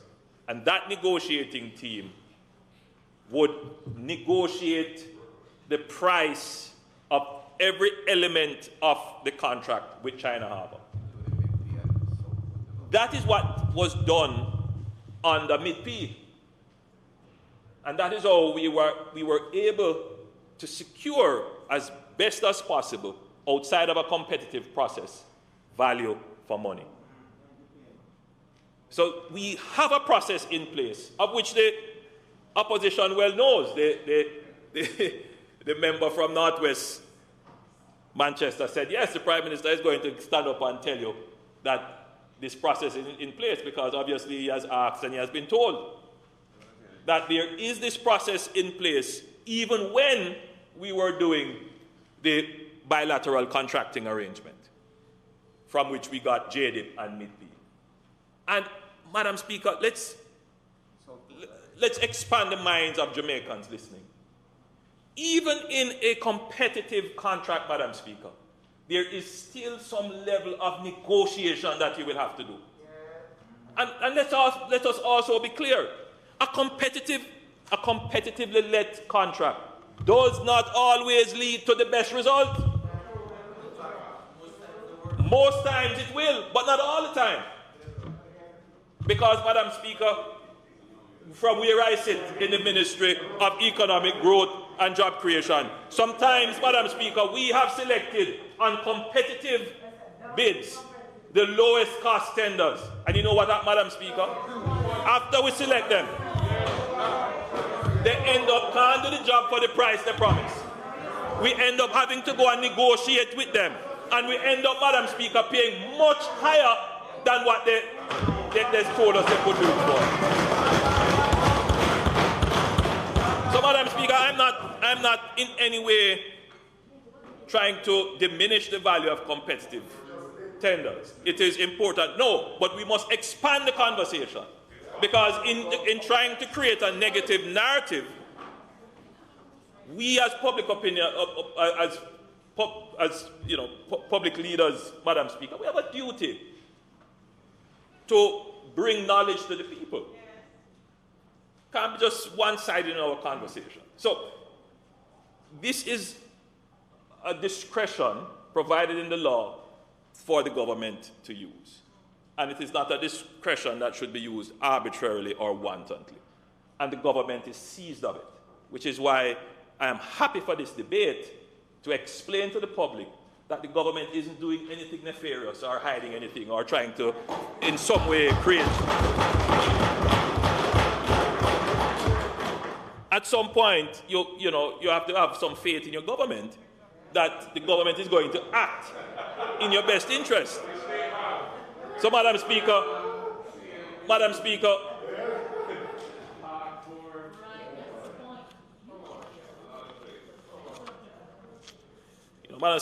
you can't run a government without the people believing in it. No matter what you think, our governments, on this side and that side, we have made many mistakes. But as we progress as a nation, we have to learn from those mistakes. And at some point in time, if we're going to develop, governments have to lead with maturity. Yeah, we have to lead with maturity, and we are taking here a mature decision. It's a mature decision to come out of a borrowing relationship. It is a mature decision to step out of a bilateral contracting process and go into one where there will be greater transparency than if we had contracted bilaterally. Because all of these documents, Madam Speaker, as it relates to the contract, will be public. An important question was asked, will the Integrity Commission be invited to serve? You know, Madam Speaker, I recall sitting in this house, I was on that side at the time, on the opposition side, and there was a big debate undertaken about whether or not the Contractor General should be involved in pre-contractual negotiations. You remember that, leader of the opposition? So to come today and ask that question as to whether or not, oh, you weren't there, right, as to whether or not the Integrity Commission will be brought in before we enter a contract phase. We went, that side, when they were the government, went to court to prevent the Contractor General from being involved in the pre-contracting phases. I mean, it's as if we have short memories. But, Madam Speaker, yes, we have no objections to that. And the team that we are putting forward will be a multi-sectoral, fairly broad-based team that can sit opposite the China Harbour people and bring levity, understanding, and reason to prices. So I'm expecting, Madam Speaker, that prices will be moderated and approximate competitive prices. Now, Madam Speaker, so we are embracing transparency as a means of ensuring value for money.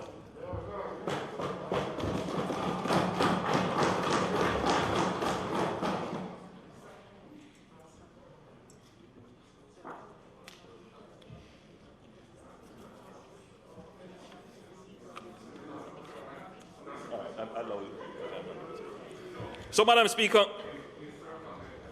I believe I have gone through all the reasons. We have ensured that we have put in place conditions that will be beneficial to the people of Jamaica. 90% of the employment on the contract must be Jamaican. The workers on the contract must be paid at the JIC rates, that is the industry standard rates.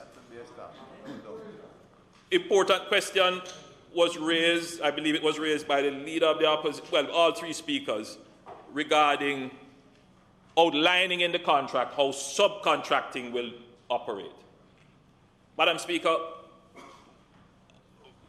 under MIDP, there was an arrangement which specified how subcontracting will be done. The same process, Madam Speaker, will be followed as it relates to how subcontracting will be done. Remember now, Madam Speaker, that wasn't placed in any order. That was placed in the contract. So when we come to the contracting now, we wouldn't put that in an order. We put that in the contract. So when we come to the contracting process now, that exact same procedure will be followed, meaning, Madam Speaker, that it goes to a competitive process and they go through and select based upon a competitive process. The same process which is now being used for the South Coast Road Improvement Project, which is competitive. The contractors go, they bid, they get selected. So that is established, and that is in the interest of Jamaicans. Then, Madam Speaker, the issue was raised, why are we shutting out local contractors? Madam Speaker, as I say, from where I sit, I have seen vast improvements in the capabilities of our local contractors. They are taking on now multi-billion-dollar projects, several at the same time. There is no argument, no question. There are some contractors who simply don't have the capacity. And we see it in overruns, we see it in delaying works, but we are developing a core competence in contracting. The question, however, Madam Speaker, is, for example, a contract like this would come with the requirement of multi-billion dollars in bonds. Would we be able to find the contractors who would be able to mobilize the several billion dollars in performance bonds to do it? Right? Madam Speaker, and there are other issues regarding, the mobilization of equipment, the mobilization of, highly technical skills. The leader of the opposition says it's a big project, but it's not complicated. I think the leader of the opposition should acquaint himself with the project, because it does require, as it did with the completion of the Northwest link the north-south link, where significant geotechnical work had to be done. This will require significant geotechnical work to be done as well, in addition to the construction of a major bridge, which is over, I don't remember the length of the bridge, but it's a pretty substantial length. So, Madam Speaker, it is not a simple project. My expectations, Madam Speaker, is that there will be significant subcontracting happening here. So Jamaican contractors will benefit from this. The other point, Madam Speaker. Prime Minister, just before the time, we have exceeded the time for you to speak. So let me pause and ask that permission be granted. Permission be granted to the Prime Minister to continue his presentation. All right, Madam Speaker, go ahead. Madam Speaker, if it so pleases you, the time allotted for the Prime Minister to continue his speech has passed. Madam Speaker, with your leave and certainly with the leave of the House, might the Prime Minister be allowed to continue his presentation before the House, Madam Speaker? With such sufficient time as to allow him to complete. The question before the House is that the Prime Minister be given sufficient time to complete his presentation. Those in favour? Those against? Prime Minister.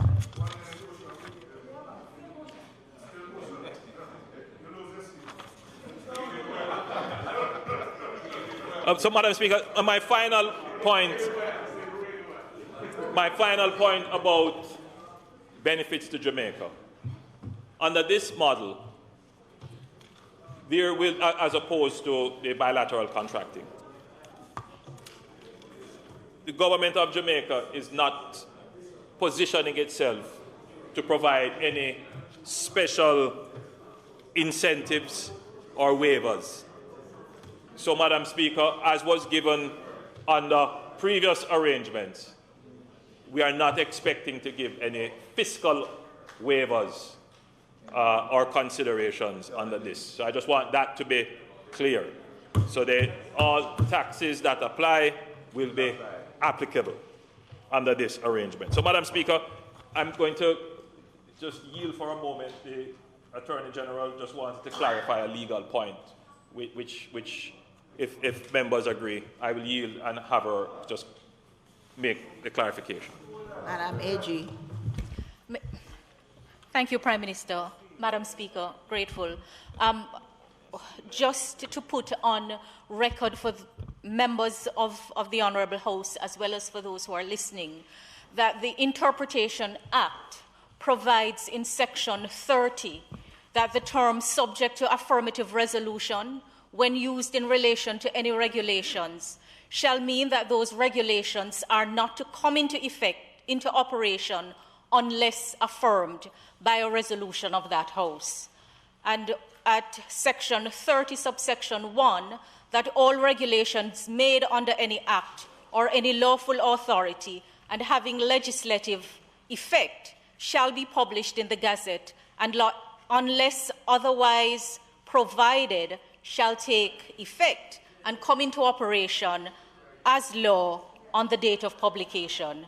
And in Section 2, regulations include orders.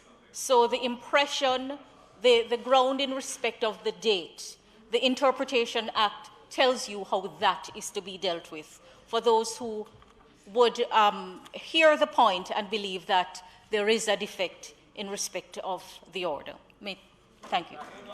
Thank you, Madam.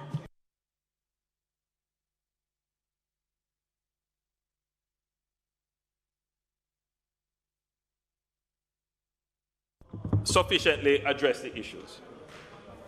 There are 3 other projects, Madam Speaker, that we are considering. They are of national impact.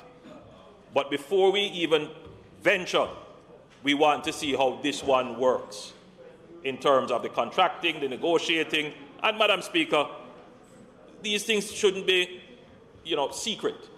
As soon as they have been developed, what I will do is bring them to the opposition before, so that you can have the opportunity to research them, look at them, because we will probably have to consider how we treat these as national.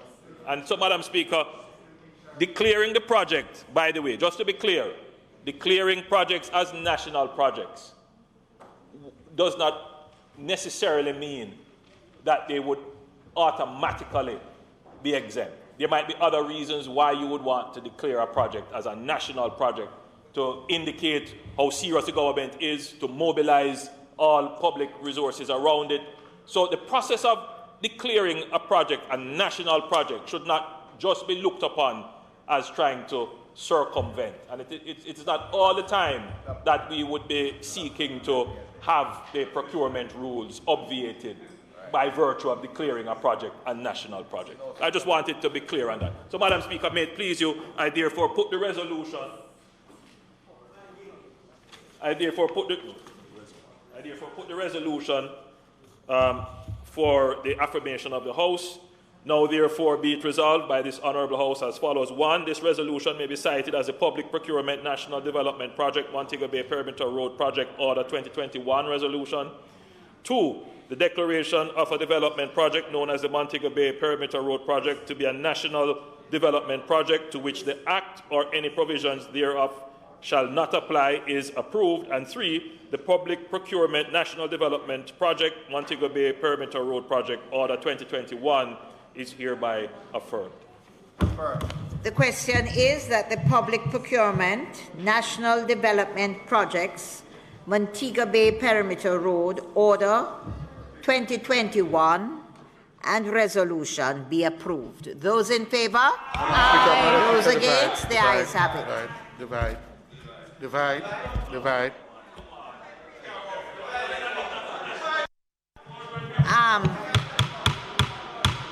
Members,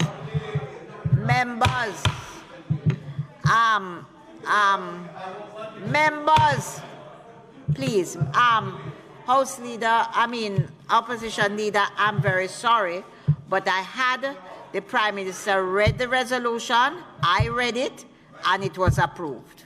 No, Madam. I didn't hear.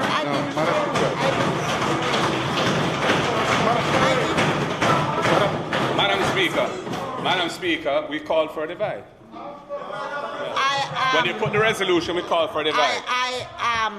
With the greatest of respect, Leader, the PM read slowly, and I read slowly. I would certainly not have recognized. It is after it was approved that I heard it. Madam Speaker. I didn't.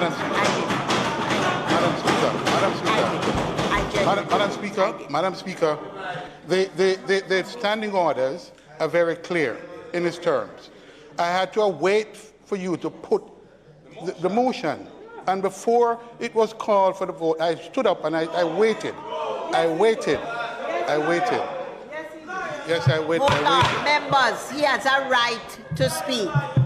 Members, he has a right to speak. I apologize to you. I did not see, I did not hear. But having opposition leader, you have to accept that I did not see and I did not hear. I apologize. There is a divide. Okay. There is, but I did not see, I did not hear until after. So don't, yes. I have no reason. Go ahead. There's a divide.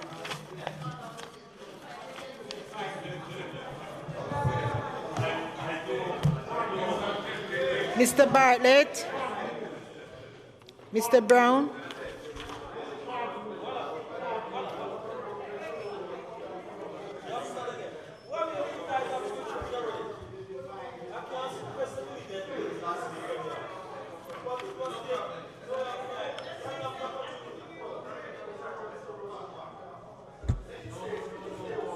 Madam Speaker, I will never ever question your ruling in this House. But you took the resolution, nobody stood up. I looked at them, and it's after you took the vote that they got up. So we shouldn't go back You're wasting time. Sit down. We should not. At the time when you asked for those in favor, then we stood up. Is after us thing. I would never question ruling, Madam Speaker, but I just want to go on record. Members, I have stated my position, but as you are all aware, I think that the debate went very well. The Prime Minister has cleared up all the questions that were asked. It is clear, and therefore, since there is a divide, let us go ahead. There is a divide.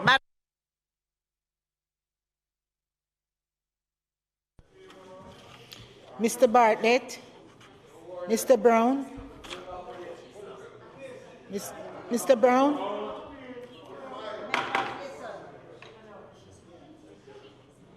Mr. Brown, did he say yes or no?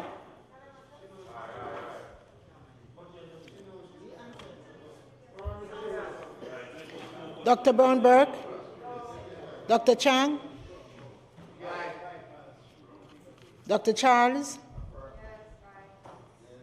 Mr. Charles, Mr. Charles, Mr. Chin, Mr. Chuck, Mr. Clark, Dr. Clark, Mr. Cousins, Ms. Crawford, Mrs. Cuthbert-Flynn, Ms. Daly, Mr. Davis, Ms. Davis, Dr. Dunn, Mr. Golding, Mr. Graham, Ms. Grange, Mr. Green, Dr. Guy, Ms. Hamilton, Ms. Hannah, Mr. Henriquez, Mr. Henry, Mr. Holness, Mrs. Holness,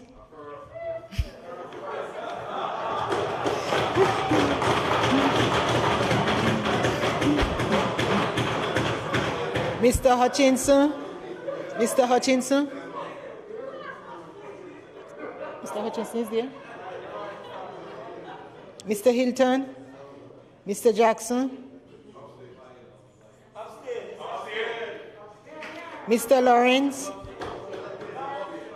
Mr. Lawrence,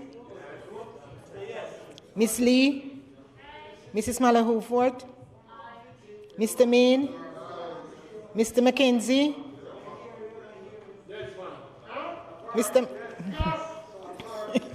Mr. Miller, Miss Morrison, Miss Morrison,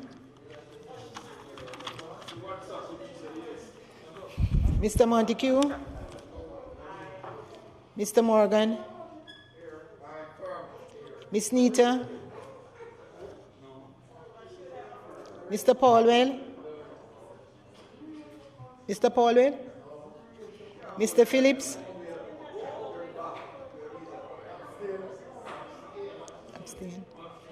Dr. Phillips, Mr. Robertson, Mr. Robinson, Mr. Samuda,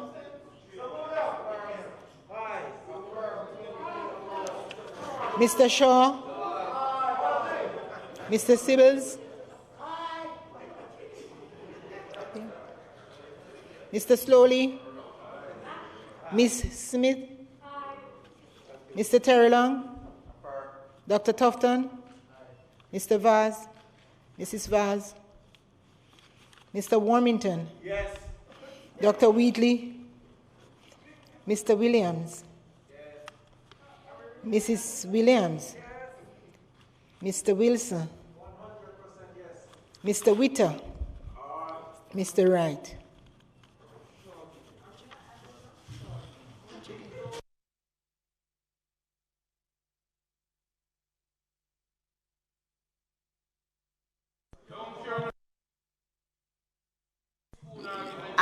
Members,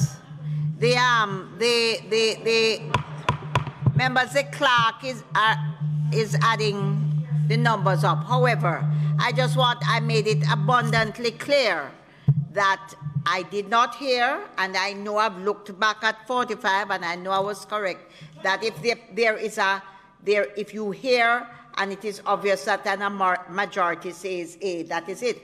But in certain instances, and I would think this is one as well, because it's a subject that has been debated, where as a government we have had an excellent debate, everything is there, we have nothing to hide, we stand for the people of Jamaica, we support what is happening in Jamaica.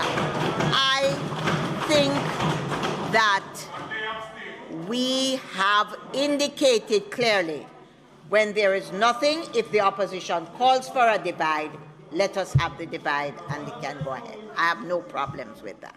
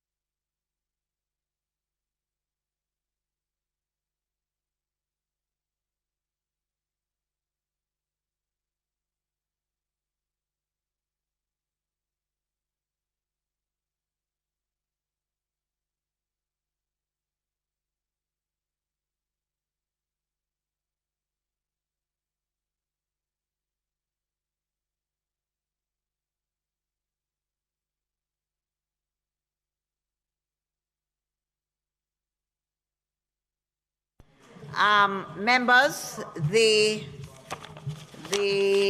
order, the Public Procurement National Development Projects, Montego Bay Perimeter Road Order 2021 and resolution is carried by 36 votes.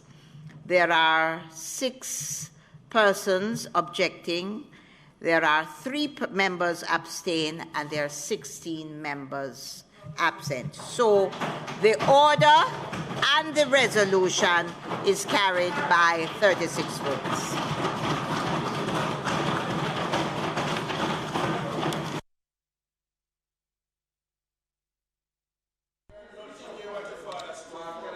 Madam Speaker, before the adjournment, I just would like to ask your permission to let all members know that there is a bag for them in the government.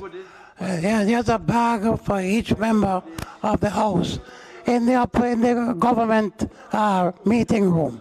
Thank you very much. Please collect your bags, whether you have voted for or against or abstain.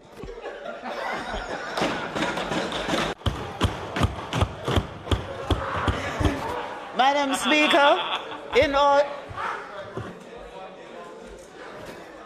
Madam Speaker, in addition to the goodie bags from Minister Shaw, we have had a wonderful day, an excellent day. And so, as there is no further business, I ask that the House be adjourned to Tuesday, May 18th. Tomorrow, Wednesday, when our speakers in the sectoral debate will be just the Minister of Agriculture, the Honorable Floyd Green. And so, Madam Speaker, I ask for the adjournment of the House. The question before the House is that this House be adjourned until tomorrow, Wednesday, the 12th of May. Those in favor? Aye. Those against? The ayes have it. This Honorable House is now adjourned.